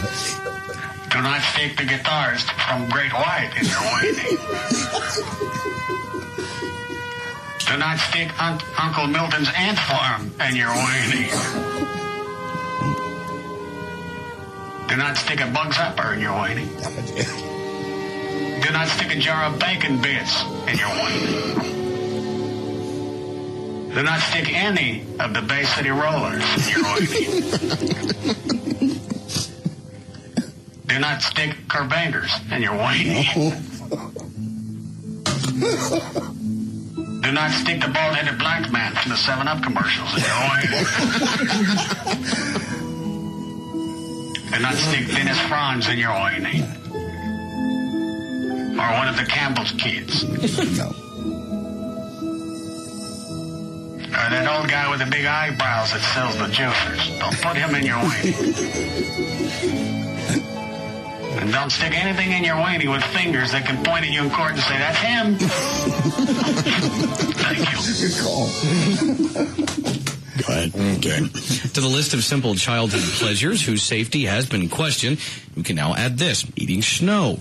A recent study found that snow, even in relatively pristine spots like Montana and even the Yukon, contains large amounts of bacteria. Do not put Wally Schirra in your penis. Why would I? Or Pop Rocks. No. Or a 2-minute soft-boiled egg. Do not put a guitar pick in your penis. Or a fondue fork. Do not stick hush puppies in your weenie. Or girl animals. Do not stick a sea monkey in your weenie. Sorry. Do not stick Muhammad Ali in your weenie. Don't stick Windows 95 in your weenie. I'm done. Parents who warn their kids not to eat dirty snow are left wondering whether to stop them from tasting the new Do not find. stick Flintstone chewables in your weenie.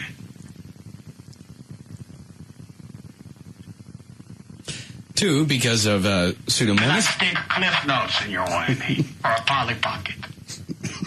Do not stick an Allen wrench in your weenie. Bacteria that Do not stick can... Peter Jackson's Only Nut in your weenie. All right. Do not stick a boll weevil in your weenie.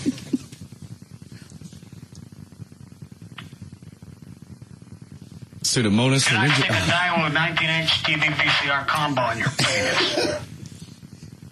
Experts Or say... the cast of The Golden Girls. That goes without saying. Experts say there's no need Do not to... stick uncooked macaroni in your penis or aquavella. Do not stick a Give a Show projector in your weenie. Or Apple Jacks. Or a bolo tie. Or Dr. Scholl's exercise sandals. to ban It is okay to stick a cell phone antenna in your penis. But only for medical reasons. Thank you.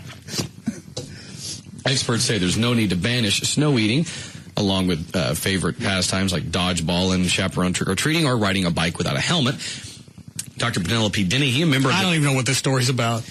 Some people say it's not a good idea to let your kids eat snow because they do have bacteria, but then other experts say we're surrounded by bacteria all the time. Right, just let them eat it. Is there something in the snow now that normally we wouldn't have had 20, 30 years ago? No, they're just saying that, well, some idiot grabbed a pile of snow and decided to look at it underneath a microscope and saw that it has all this bacteria in it.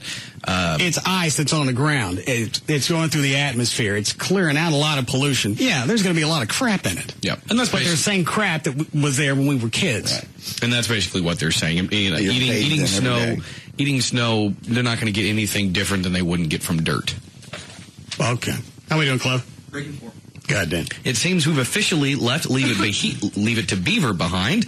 In the new dynamics of home economics, it's not just that men want women to contribute financially to a marriage.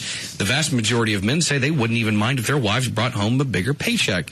After years of being conditioned to believe that men relish the role of primary provider, researchers were surprised to discover that just 12% of men surveyed said they'd mind if their wife earned more than they did. And in general, men seemed happy to share the breadwinner role. The vast majority of both men and women surveyed said they didn't think the spouse who makes more money should have more say in financial decisions. Do not stick a Malibu Barbie's dream house in your penis. That's a good one. Do not stick a yappa in your weenie. A what? A yappa. Sorry. Do not stick a haired beanie in your weenie. Oh. Do not stick Marshall Brodini's magic TV cards in your weenie. Did I mention Windows 95? You brought that one up. What about Windows XP? No, you didn't. Did I stick Windows XP in the end of your weenie? What about Vista? Vista's okay, only at work. I'm sorry. Well, this from Hutchinson, Kansas. A Hutchinson man is on trial this week on charges. He put his girlfriend's 2-year-old daughter and 3-year-old son in a clothes dryer. In a videotaped interview with detectives shown in court on Wednesday, Aaron Pritchard said he put the children in the dryer to show them that they could have a good time without much money. Waiting for it to hit you. An hour later, the dryer had become hot and the boy had second-degree burns. Pritchard told the detective that he didn't mean for the boy to get hurt. Jurors also heard from a pediatrician who testified that the burns, combined with prior injuries, including a twice-broken clavicle, could indicate an abusive environment. Pritchard is charged with aggravated child endangerment and child abuse for putting 2 kids in a dryer. This show what? That you have a good time, what? Oh, they have a good time without much money. My friends went to Six Flags. Shut up, let me show you. You can give a ride right now. You ever been on the Spinnaker? It's the same thing. Get in. And no pesky lines. Yeah. I'll play some disco music in the back and ask you if you want to go faster.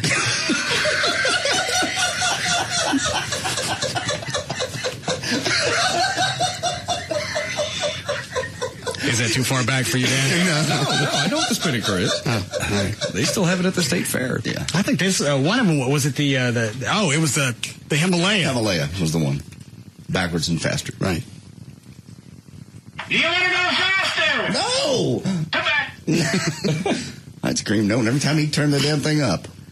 They were always playing Sweet, Love is Like Oxygen. Mm-hmm. Non-freaking stop. All day. Hated that ride. Yeah, I'd like it to go faster if you can throw me the F out of it. I think I'll go ride the Enterprise for a while. Wow. Daylight saving time begins this Sunday morning at 2 a.m. That means, of course, you have to move your clock 1 hour ahead. But if you ask the average person what the point of daylight saving time is, they'll probably have no clue. And if you're one of those people, here's the deal. The conventional wisdom is that daylight saving time is more energy efficient than standard time. Since the sun is out later in the day, people don't need to use their lights as much, and that's supposed to save us energy. But according to a new study from the University of California, Santa Barbara, it turns out people actually use more energy during daylight saving time than standard. Since the sun is out later, people's houses are still hot when they get home from work, so they turn on the air conditioning, and since it's still dark when they get out of bed in the morning, their house is cold. That means they have to turn on the heat. And it turns out that blasting our air conditioners and heaters actually sucks up more energy than turning on a few extra lights. Yeah, I would think daylight savings time probably is already served its usefulness. Yeah, because you can go back and balance out either way. Money saved, money spent, depending on day, night, what time you get home, what time you get up. That research should be pretty easy to do. Just pull out numbers. Yeah, and at this point, no one's really thought to, question it and possibly change it. They just recently voted to either extend it or shorten it, whichever one it is. Extend it. Okay. But anyway, this man who led the study said we use up to 4% more energy during the daylight savings time. Is this Mark Davis's cell? See where he is. I'm going to guess Euless. Where was he stuck between? This guy's kid with it. I'll take Keller. Anybody else? I'm going to go 114. He's just past South Lake. Okay.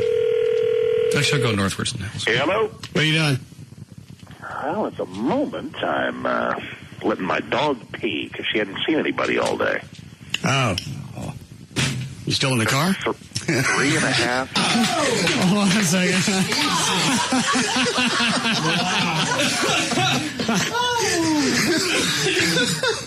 All right, that was my Kennedy moment. And it's funny because in the context that Mark threw out the F word, I probably could have let it go. Nobody would have said anything. You could have let that one slide. Because everybody else has been sitting in traffic, and they probably also would have said 3.5 an hour. They've been in traffic. Everyone would have heard it, just but not at the radio. Yep. Yeah. They're all listening to the radio, and they stop. Did I say that? Somebody said it. Was it a guy from BAP that just said 3.5 hours? That guy's good. All right, you're back. You're going to start cold calling me. I need to get more cautious. I apologize. No, that's all right. Well, if it's between 3 and 7, you know the odds are. Yeah. We like the real Mark anyway. What was traffic just at a complete standstill, or do you have to get off the freeway and take a different route? Yes, and yes. It's the weirdest thing. I managed to get out of Arlington at about 2:15, and it's just rain. I mean, it's nothing. It's just rain, and I've got about a 30-minute usual drive straight north into Denton County. So it starts to actually turn into snowflakes around Euless, almost. And then the snowflakes get bigger, and then they start to stick. And by the time I'm in Grapevine, it's pretty serious, you know what. Although I might as well just say it at this point. You'll just believe it. Go ahead and say it. I'll hit the delay. No, it's okay. I'm sorry. I really apologize for that. So by the time we get to Grapevine Mills, it's a total cluster. And from there... Hey, cluster... Exactly. Okay, go ahead. Exactly right. All right. From here on out, I'll let you guys handle it. All right. And then once you get to 1171, that's fine. And then 1171, a pretty major yet only 2-lane artery between 377 and 2499, shut down. Totally shut down. So the thing that pisses me off is the only reason it's weather related is because people see something coming down and they're freaking out. It's not because the roads are bad. It's because I don't know how to drive. And I don't, yes, I think you're completely right, because I didn't see anything when they finally opened it up. I didn't see anything on 1171 that was any different than I'd seen on 2499 or any of the little back roads that I had to use to eventually get home. I mean, I know it's the comfortable and fairly accurate line to say that Texans don't know how to drive and everybody's snow and everybody freaks out. But doggone it, man, this was just ridiculous, and maybe a little bit justified because we got about 5 inches on the ground up here. But it's still snow, and once you drive through it, then it's moosh. And it's not until it freezes that it's really a concern, and it's not going to freeze until the night. And again, people are still. I mentioned this. I was coming to work earlier. It's like 2:30, snow, sleet in Grapevine, Irving. People have pulled off the road underneath the underpass because they didn't know what the hell they were supposed to do. Exactly, and that's just what the cops have to deal with. I tell you this, tensions were running high when people got to 1171 and Shiloh. The cops were not letting anybody go by, and there was one lady in like a gray, GMC Denali or something, and she had obviously been in that backup for, I can only imagine, about an hour to go a mile to get to the point where you're told you can't go any farther. She nearly ran the dude over. He kept saying, "No, ma'am, you have got to go right. You have got to go right." And just from the T of the intersection, just perpendicular to her, I couldn't hear the conversation, but she refused to do it. She nearly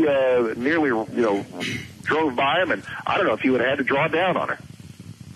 And what time of the day was this? About 4:30. Oh.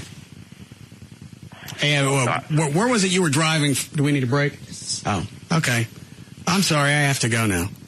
It's okay. I really apologize. No, don't worry about it. Have a nice day. When I pick up the phone, okay, goodbye.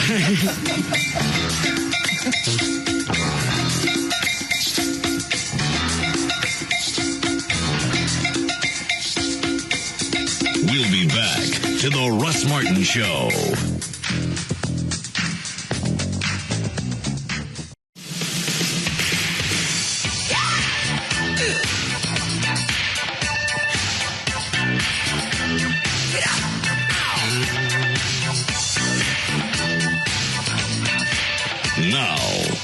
to the Russ Martin Show.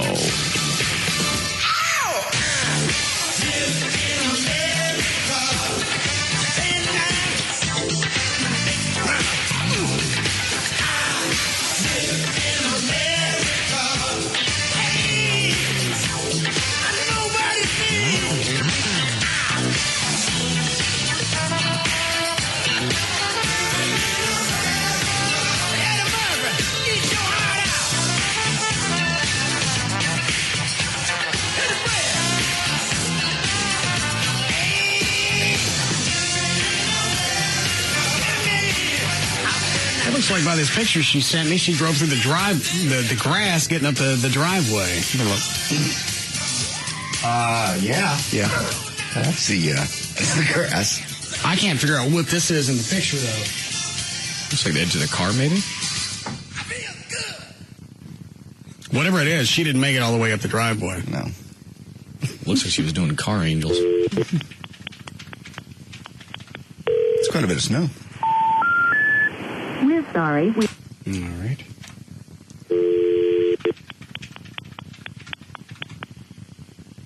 Yeah, there was trace. Just a trace of snow when I left the house. This picture looks like I got 4 inches easy. Yeah. Hello? What are you doing?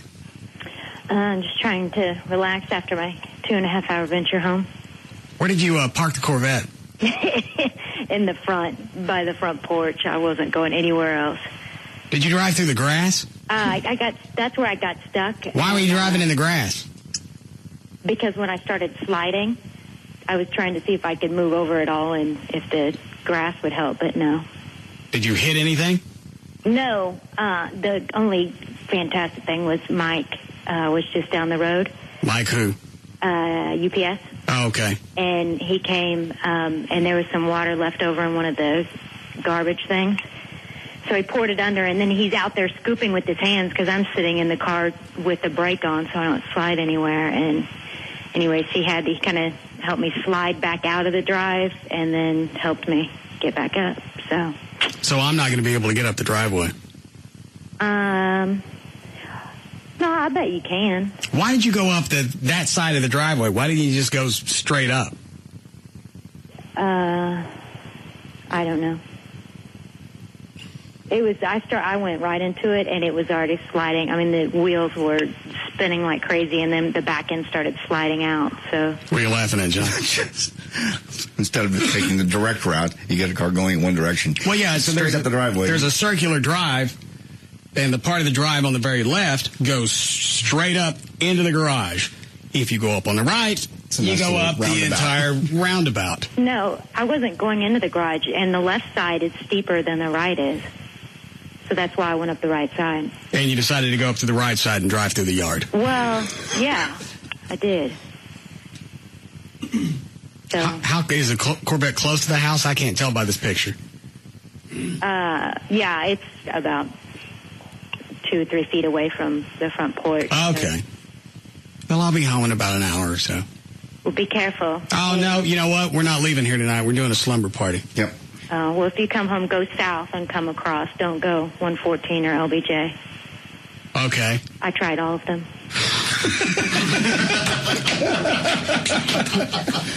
All right. I'll see you tomorrow. Bye. Bye. Gavin's ordering food during the last break. Who's he getting it from? I don't know who he was getting it from. He was on the phone. So I need enough for 6 people.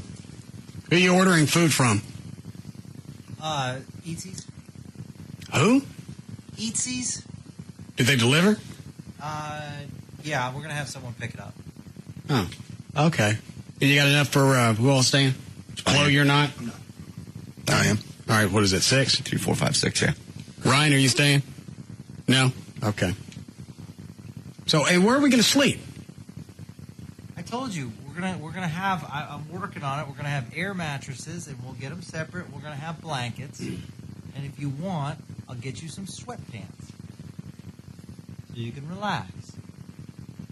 I don't get it. Just get out of your jeans. Get out of your jeans. No, I'm wearing my jeans. Don't wear jeans to bed. I'm wearing jeans as long as you're here. Why? Because they're denim. Oh, come on. I'm just wearing boxer shorts. That's it. Oh, no doubt in my mind. What? Are you going to run around here in your underdrawers?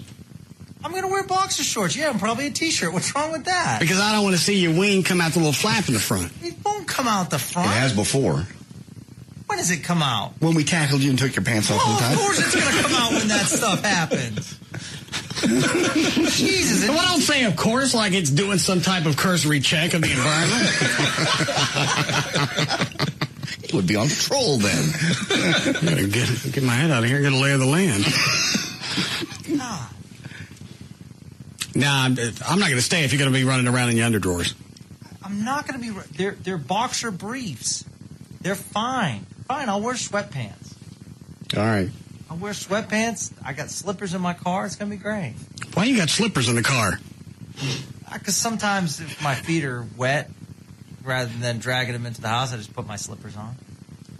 Okay. Yeah. It'd be great. I'm missing something here, and I don't know what it is. Why?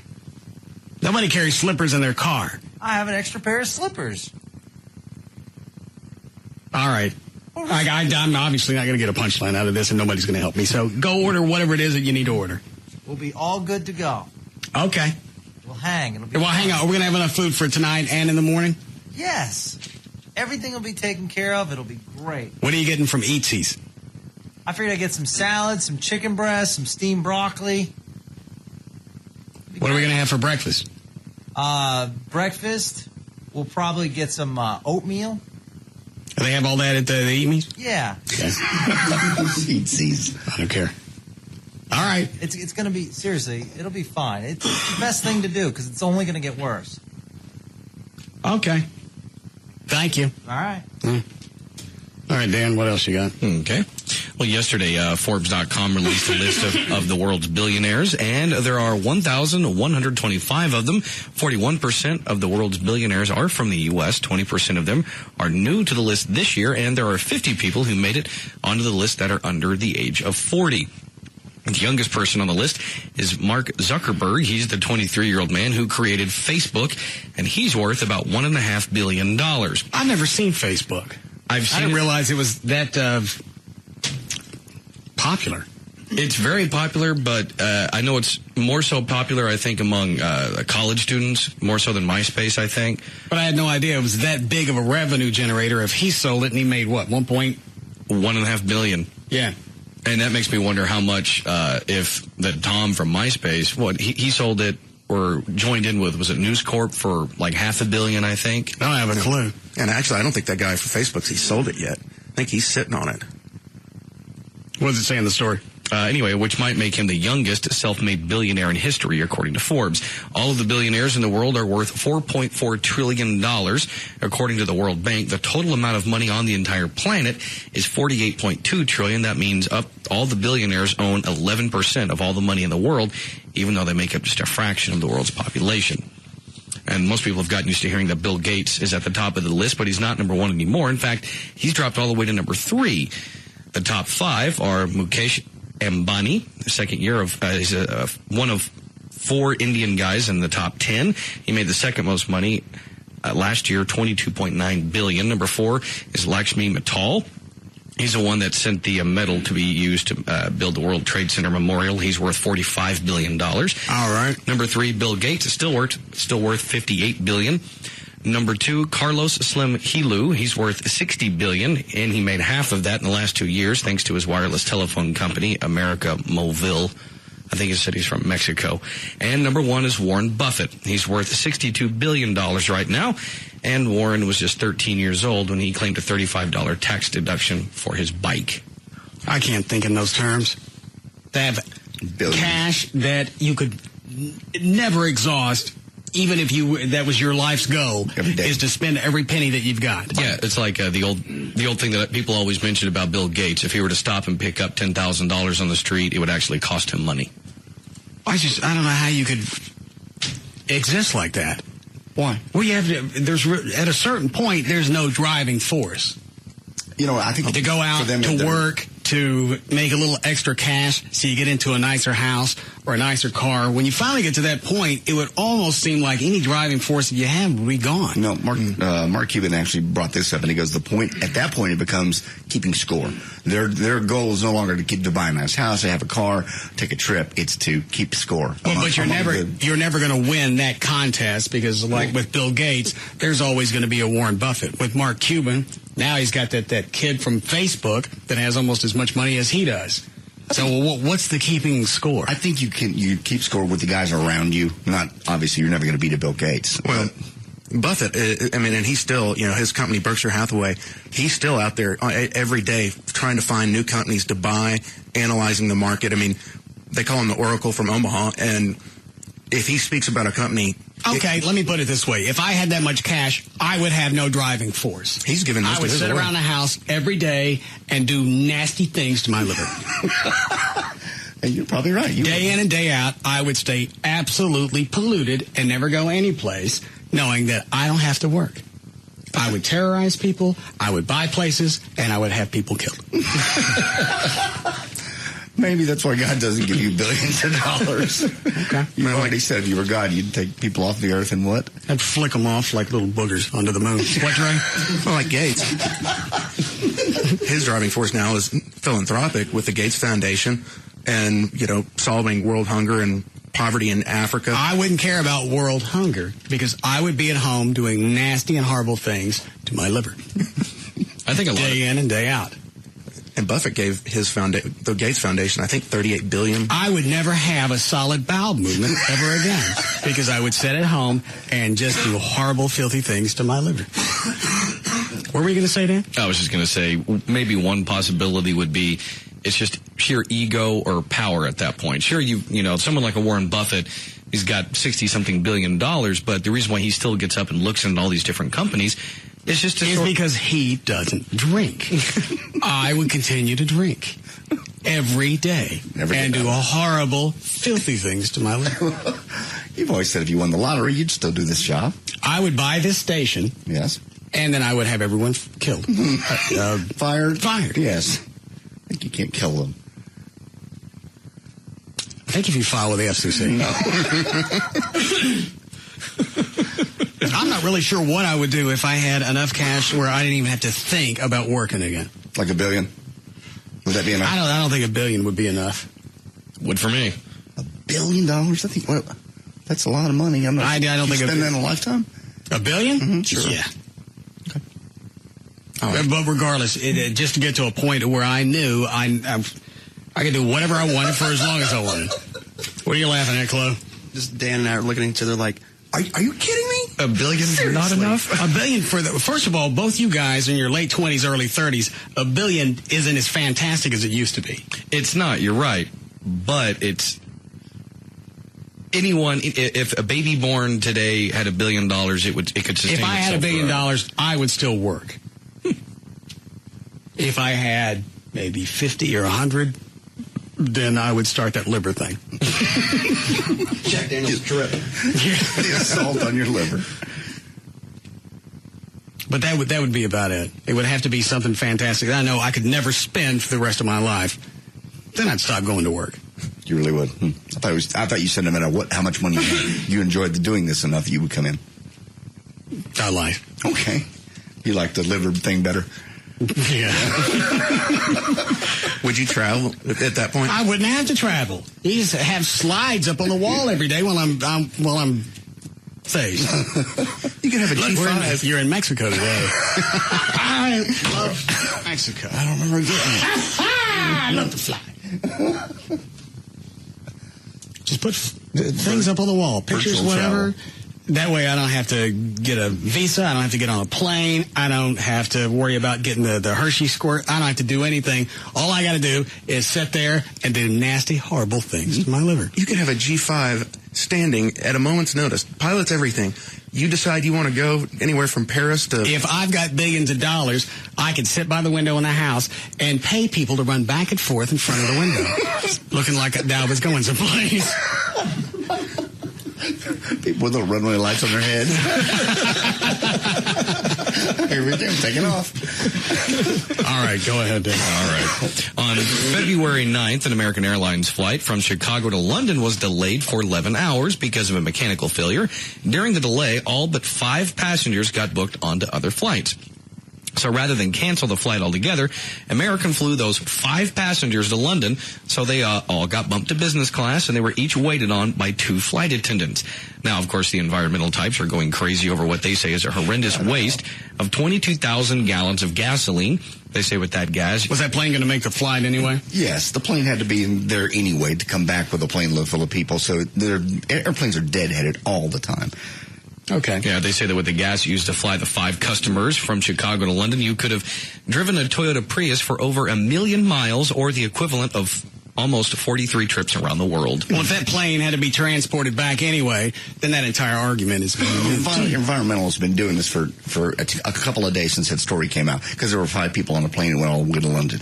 I got news for you. There's empty planes that travel all night to get in the city they need to be in the next day. It was the fact that there were people on this flight, and it sounded like it was just a waste. It was a carte blanche type trip. Exactly. 5 people. And all that fuel for 5 people. The plane had to be in Europe anyway. If it was empty, it still had to go. Yeah, and airlines are known so much for just giving away freebies. That's just the dumbest argument to think they would fly people to London. They would do that and eat the cost. Right. They keep showing Patrick Swayze on Entertainment Tonight on this setup here. Is he past the... is his cancer not as bad as they originally reported? It's conflicting reports, but I mean, his oncologist has come out and said it's not that bad, and he is responding to treatment. Yeah, and he's still working. He's still working on some movie. So you should let him go off your dead. Not a chance. Give him to me. Pancreatic cancer's a killer. He's still working. He's fine. You just said his oncologist said responding very well. Right. Well, very possibly he's trying to keep working, finish the movie, get paid, and then he's going to kick the bucket. What do you care if you get paid? Well, I'm sure he's got a family and whatnot. Well, I'm sure he has insurance. Yeah. He's working because he's getting healthy. Yeah. Give him to me. No. That'll be 45 points this year. Sell him to me. No. Sell me Patrick Swayze. I'm going for back-to-back championships. Did you win last year? Uh-huh. Yeah, because you gave me Robert Goulet. You're a sucker. Just because I gave you Robert Goulet, you should give me Patrick Swayze back. I traded Robert Goulet on the Deadpool on a Monday, and that bag dies, what? Tuesday. Not more than 24 hours later. You big pussy can't be taken off a ventilator for 1 day. You don't deserve lungs. God. Yes, he does. Apparently not. Well, yes. And he was what, 64, 65? I think he was 73. Oh. Was enough to push Trevor to the top and win. I didn't think he was that old. Yeah. But last year was a slow year, so 27 points. Well, it was also slow because we didn't start until, September. Yeah, where am I as far as this year? I'm ahead because I got Christian Brando, right? I think you've got 51 points. Yeah, you've got Christian Brando with 51 points, and JD had Susan Plachette kick the bucket. She was worth 30. No one else yet has had anyone die. Give me Patrick Swayze. I can't. Let me see my Deadpool. I'll give you Farrah Fawcett. Ooh. No, I won't. Jim Neighbors, who looks very bad. And Andy Griffith. Andy Griffith's worth 7 points? Well, but with Jim Neighbors, that's almost 10.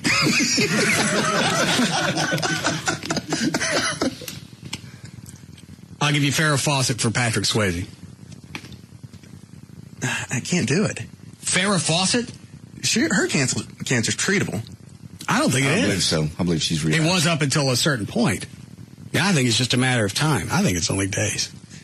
Yeah, her spread to her liver. Yes. All over it. She could be dying right now. Right. You better get her. They had to bring in extra livers because of her cancer.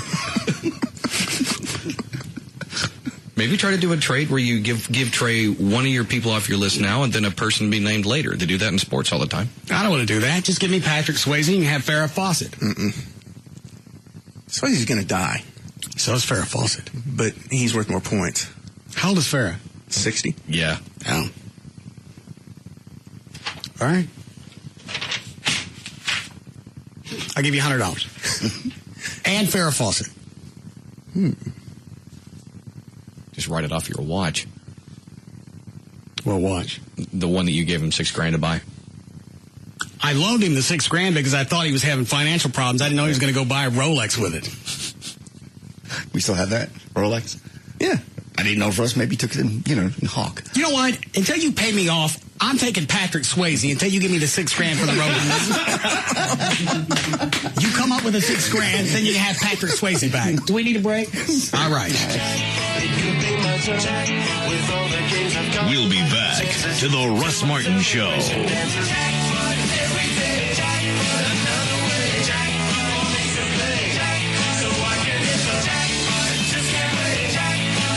Those just crossed the line. They speed by it. Don't look back. The Russ Martin Show. Jagger is on. Shut up. Until I get my $6,000, you don't get anybody else in the Deadpool. He's already on my Deadpool. Jeff Conaway or Patrick Swayze? Both of them. You don't get either one of them. I'm taking them both until you give me my $6,000. Anybody you bring in, every day I'm taking away from you. No. Back to the... You can forget about eating lunch. Now, why is Jeff Conaway in your Deadpool? Oh, God. The guy from Taxi? Yeah. He's a drug and alcohol addict. Bad. Hold on. What is it, Gavin? I'm ready for the sleepover. I got blankets. I got cushions. Trey, what are you wigging out about? Because he's in his boxers and his... Has he got his boxers? Oh. Yeah, I got my boxers on. His little T-shirt. Hey, go over there and take his boxers. I just wanted to show you. This isn't... Go. Hurry. No! Trey, get him. Take his boxers. No, we're doing a sleepover. This isn't cool. Take his boxers. Don't let him leave with those boxers. This is not how sleepovers happen. Chloe, help him. This is not how sleepovers happen. Why do I have to do this? This is not how sleepovers Take him. Throw him in the hall. Open the door. Oh, he's naked. In the hall. Oh, my God. Oh, Jesus. Oh, my God.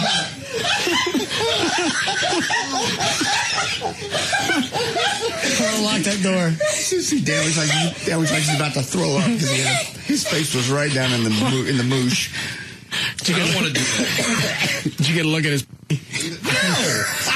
What are you laughing at, Trey? He was trying to cover up and he tucked it back.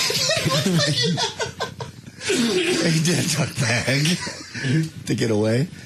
I didn't think about it. He's got clothes in his office. We should have locked him out of his office. Here, Chloe, take him his underwear.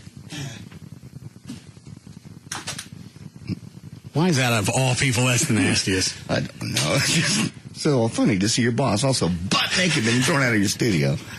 To the world. You should be happy that everyone was sent home at 3:30. Why did it take you guys so long to get his underwear off? I was hesitant, okay? Dan wouldn't look. He was just pulling and kind of looking away. And I made Trey turn him around. No. Well, the problem about not looking is you don't know if somebody's going to push him into you, and the next thing you know, you got a Peter in your puss. Well, that's when just fists start flying. Because then I can only assume he's attacking me. All right. Okay, what's wrong with Jeff Conaway? Oh, he's a drug and alcohol addict. Bad. He can barely walk. He was on the Dr. Drew's new show, Celebrity Rehab. Okay. And I think he left. Oh, you know what? I think I saw a clip from that. One of the Baldwin brothers was doing counseling with him. That's how bad this guy is. Yes. Did I have that right? Yes. Was this peer counseling, or was the Baldwin one of the actual counselors? No, he's in there too, but like he's kind of cleaned up, and so he's trying to counsel Conaway. One of the Baldwins? Yeah. Okay. On what he should be doing. The worst Baldwin. I don't know which one it is. It's a fat Daniel. one. Okay. Man, I'm sorry if I'm Jeff Conway and you send Daniel Baldwin in as my mentor. How bad am I? I got pancreatic cancer. If one of the Baldwins is here, I have something like that. Now, how old is Conaway? He's not 60, is he? No. think he's in early 50s. You already have him on your Deadpool? Uh-huh. No. Yes. I'm taking him, and I'm taking Patrick Swayze. Till you come up with the $6,000, or you tell me what that big surprise was that was planned for this year that you wouldn't tell me. Yeah, what was that? Trey still doesn't know. Oh, I know. It's not going to happen, so I don't care. I want the $6,000 instead. What was the thing that was supposed to happen? We were working on getting a street named after you. It was we. Well, I guess me, actually. Nobody else was helping? Not really. That was going to probably make it difficult. Rob was helping me some. Had you talked to Mayor Leppert? I talked to his office and was going back and forth. What did he say? Mayor Leppert was okay with the idea, but there's a lot of paperwork and bureaucracy that goes into naming a street after somebody. Why? All you have to do is get one that hasn't been named yet, or take this one, Metro Media Place. Yeah, nobody knows this place. Yeah. Change the name on the street out here. Nobody's on it but us and Channel 33. I don't think Channel 33 has anyone that's going to stake a claim to it. Well, plus, that doesn't even change your address because both us and 33 show John Carpenter as the street. Nothing's on Metro Media. So I'm not getting the street? It's still a possibility, but it won't be this year. We were working for a street in front of your high school. I would never be able to see it. You go over there for the naming ceremony. I would. Drive back out to Pleasant Grove to get my street? Yeah. No. In fact, had you been smart, you'd have just told me they named a street after me in Pleasant Grove. Would you like to go see it? Mm-mm. No, never. I wouldn't have known the difference. Well, they needed some money. No. Did they want me to pay to change my own street? No. But they kind of they wanted an affiliation between you and wherever. I'm not driving back out to Pleasant Grove for anything. It would be a ceremony. No. Just tell me that it's out there and I'll believe you. Okay. There's a street named Russ Martin out there. Okay. You still owe me $6,000, and I'm taking Patrick Swayze and Jeff Conaway and anybody else that you got that's dying. Until you come up with the cash. Go ahead, Dan. Okay. Every day. What? I don't care who you come up with. That's not fair. Exactly. Dan. There are certain foods that have been proven to be able to actually alter our moods and make us happier. So here's a list of foods that dietitians and nutritionists recommend if you want to be in a better mood. I got $200 that says none of them are on my list. No. Salmon. No. Salmon has a lot of omega-3, which is good for your heart, but omega-3s can actually boost your mood and prevent depression. Milk. No. You already know that milk has loads of calcium and can help build strong bones, but calcium can also ease your nerves so you don't feel stressed or anxious. Coffee? I do have coffee. Okay, the caffeine. But after the jitters wear off, I get pissy. Okay, the caffeine can make you happy, but don't drink more than a small cup or you'll get feelings of withdrawal when the caffeine buzz wears off, and that can cause depression and pissiness. says it right there. I got it. And finally, or also chocolate. Chocolate, especially dark chocolate, can cause you to get excited and sometimes erotically aroused. That's why chocolate is sometimes called an aphrodisiac. Hold on, they're showing Patrick Swayze again on television. I had no physical body control. Mainly, though, Patrick said the experience focused him on the joy of being alive. It's not about being in Ghost. It's wonderful to be here. It's wonderful to have somebody you're in a relationship with that you love and have dreams and goals and desires, you know, and it's got me really glad to be alive again. And now he's waging the battle of his life. Patrick, you keep fighting. His most recent work was a pilot called The Beast for A&E. And tonight that network tells us, quote, all of our thoughts are solely with Patrick and his family. Coming. And we're glad that he shot it before he got this. There are three more things here on the foods to put you in a better mood. I think a couple of these you do enjoy. Spinach. Yeah, but I haven't had it in a while. Okay, well, there's tons of minerals in spinach that stop anxiety and depression. Whey, as in whey protein. I do have that. There you go. This is the stuff you see a lot in protein shakes. It contains tryptophan. Well, why do I stay in a state of depression? I don't think you eat enough of these things, maybe. Oh. Okay. Which can put you in a good mood, but it can also make you sleepy sometimes. That's the tryptophan thing. And then finally, Brazil nuts. How many of those? How many do you have to eat? You have to eat an entire foot, or can I get away with eating 4? Unfortunately, they don't specify how many of the Brazil nuts, but these nuts do have B vitamins, which calm you down. They also contain selenium, which is a mineral that can prevent depression and put you in a good mood. Brazil nuts. But it doesn't say how many. It doesn't say how many, no. Okay. If you want, I can try to research it for you for tomorrow.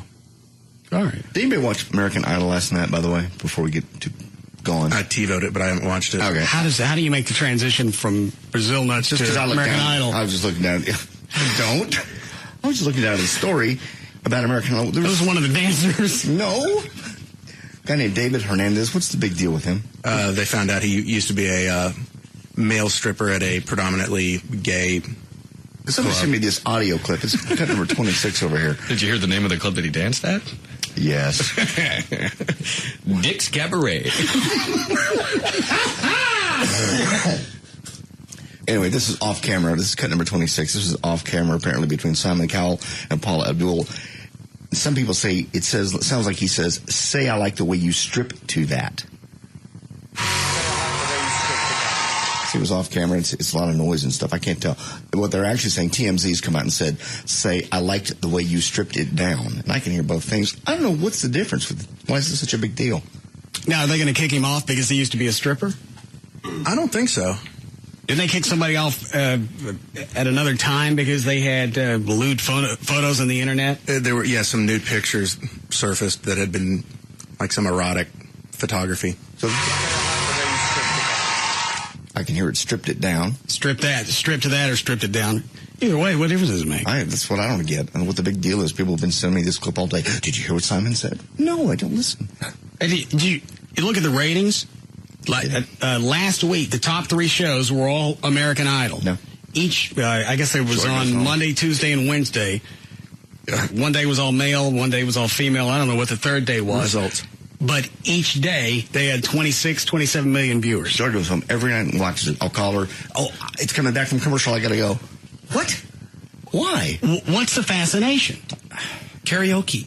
It's just stinking karaoke. Well, there's some of them that are good. I mean, you look at the people that have been on that show. They've got... But it's just a talent show, and it's still garnering almost 30 million people a night. And not just one night a week, 3 nights. People get into the personalities of the people. They start rooting for. They latch on to somebody, and that's who they start rooting for. And then they're addicted, and it's suspenseful. Are they going to make it this week? Are they going to get cut? And this isn't even something like Who Wants to Be a Millionaire that was a phenomenon in the beginning, and then they wore that out. Mm-hmm. Because they had it on one night and dual nights, and then they had special. Have it on 5 nights? They did at one point a 5-night strip, yeah. All right. Burn it out. They don't seem to be able to burn this one out. No, it's in the 6th season. They're still #1 show. Same judges, same little crappy stuff that goes back and forth. Yeah. Nothing. But you look at what they've done. I mean, from Carrie Underwood to, what's her name from Grapevine? Kelly Clarkson, Chris Daughtry. But it's still, when you break it down, it's still a talent show. And Dan's right. It's a talent show with karaoke. It's a talent show, but it's very well marketed. I'm going to very well packaged. I've never watched a complete episode. I'll watch it once. What is today, Thursday? It's the results show tonight. All right, so it is on. Mm-hmm. All right. I'll watch it tonight and see if I get it. Okay. And I don't take anything away from the people that are on there. They're obviously very talented, and it's a great avenue for them to become, found out about, but I just can't get into watching it. Well, then again, I got into Dancing with the Stars, and I didn't think I would care about that. The only reason I started watching it the first go-round was Emmett Smith was on there. You want to see how that played out. Then Cuban was on there. He did a lot better than you thought he would. Mm-hmm. But I haven't watched it since. Well, new season's coming on. God, that one girl that she's won like the last 2 years, Julianne Hough. She is. She one of the trainers? She's one of the professional dancers. Is that the one that was dancing with Cuban? No. She was dancing with the race car driver, Kestria Neves, last year. Oh. But they're doing a media blitz on her because, and I didn't know this, her uncle was a Texas Rangers pitcher, but she's only 19. She's a virgin, and that they're pushing that. Doesn't drink, doesn't smoke. I'm a virgin. She's not a virgin. That's what she's saying. She's Mormon. So I'll give it a greater chance that maybe. she probably hasn't had any caffeine in her. But she ain't a person. We need a break here? Short break? All right.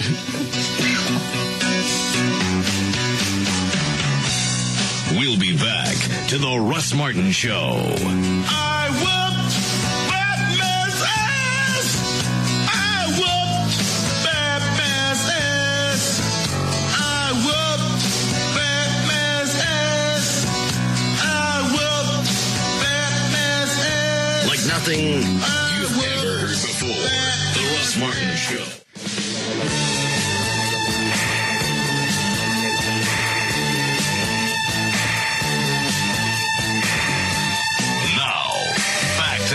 Martin Show. Is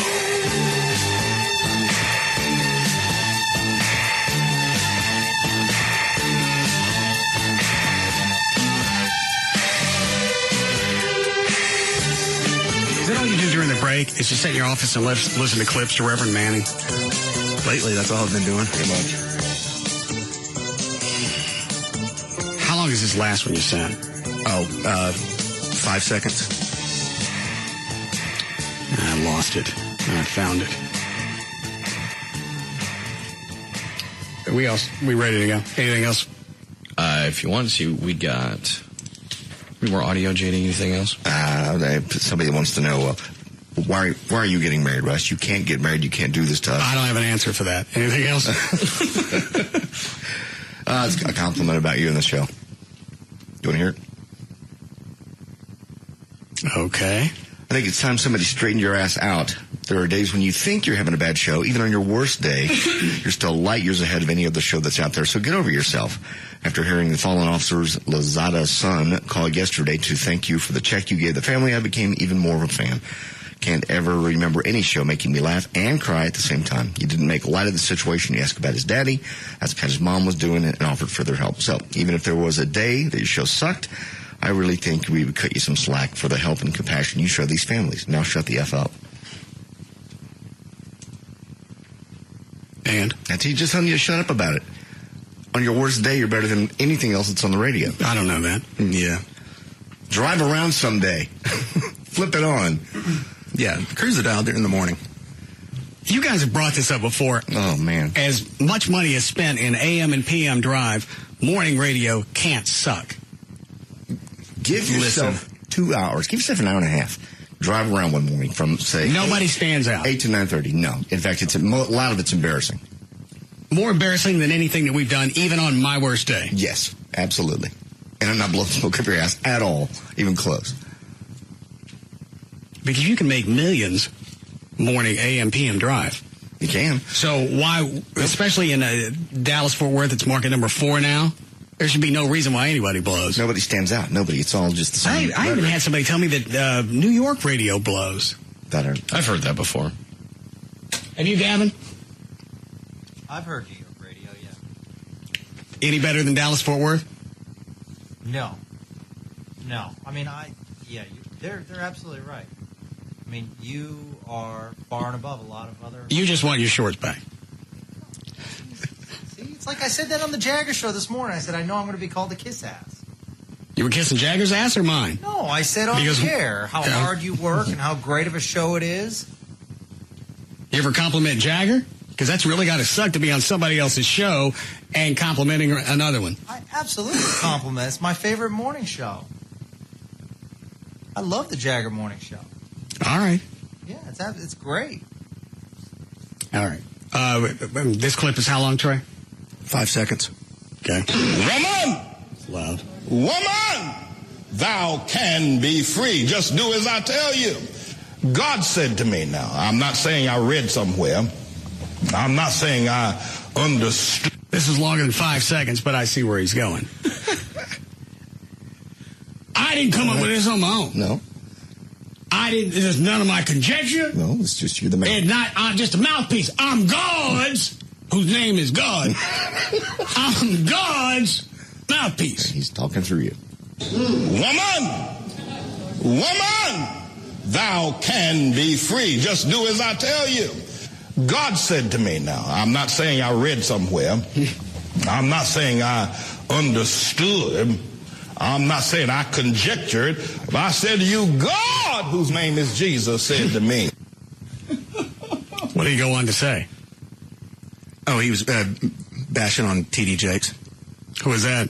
It's the minister from the Potter's House here in DFW. All right. But again, he's still using the shield of, I don't come up with any of this on my own. It all comes from God, which means you can't question it. No, you can't speak. You can't question anything that comes from God, whose name is Earl. You can't question anything You know him that well, dude. that comes from God. I call him Earl. Many times I go to pray, I say, dear sweet God up on high. Yes. Earl. Because God, whose name is Earl, speaks to me. You speak against me. Yes. You speak against God. I know that for sure. As a result, What's going to happen? I'll give you cancer. Oh, no. I'll give you dog feline leukemia. I don't think that's possible. Did I tell you what I do to your snake? Yeah. I'll give it spina bifida. I will kill Patrick Swayze and Esther Rose. Oh, she dead. Yes, she's dead. She's already gone. I'll put bumps on your weenie. I'll give you pubic lice, bugs in your drawers. Ha ha! God. Yeah. I'll give you erectile dysfunction. You have the lipstick. I'll cause mites to burrow into your skin and lay their eggs. You'll have the scabies. Ha ha! Rubella, chickenpox, cerebral palsy. I'll give you irritable bowel syndrome. I'll make your son sit to pee.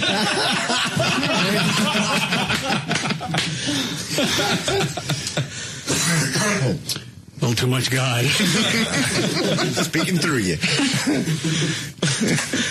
I think we'll go. Okay. What are those plugs? Yeah. All right. Here we go. I don't know why it's always so funny to me when you say too much that the dump out of yourself. And technically, I can even let GD air. I know. I don't feel comfortable with that. Unless it's on Trey's cell phone, because that's his ringer now. For some reason, that doesn't bother me. That's funny. But of all the things that you can get away with on the air as far as the FCC goes, you really think GD would be on there? Yeah, I guess. You've always been that way, but there's people who use it a lot. I think you run into a First Amendment issue there if you tried to ban it. Why wouldn't the rest of the words still fall under the First Amendment? Well, you could say that's under like religious protest. I would, to me, the GD and the F and whatever, they're almost on the same playing field. I just like saying GD. It just doesn't sound so malicious. Yeah, nothing sounds malicious when it's being yelled at you. Well, and the ha-ha lightens it up.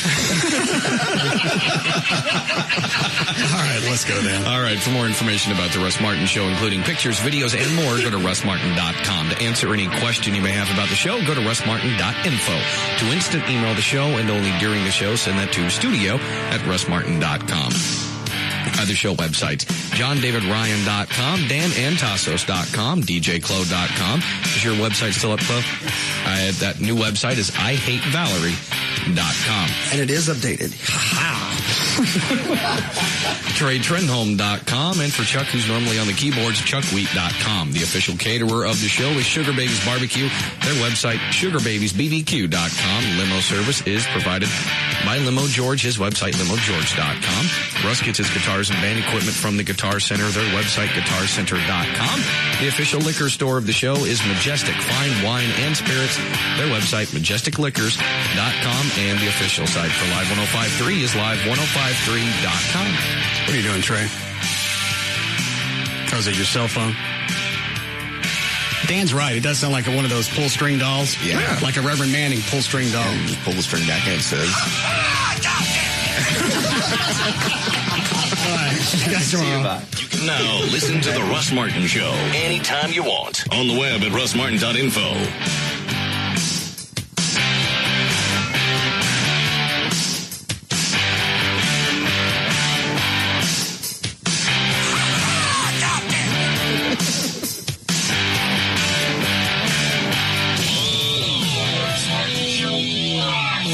Are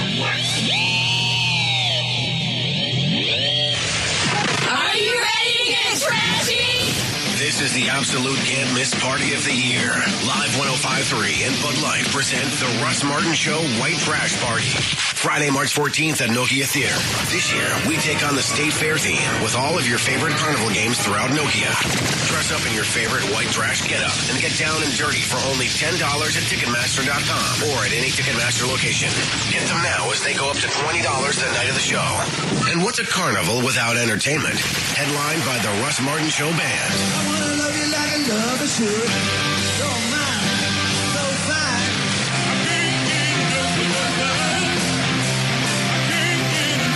Along with Passing Strangers and Lucas Martin.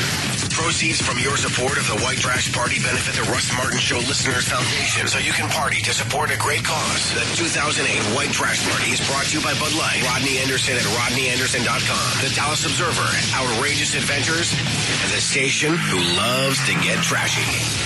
Live 105.3.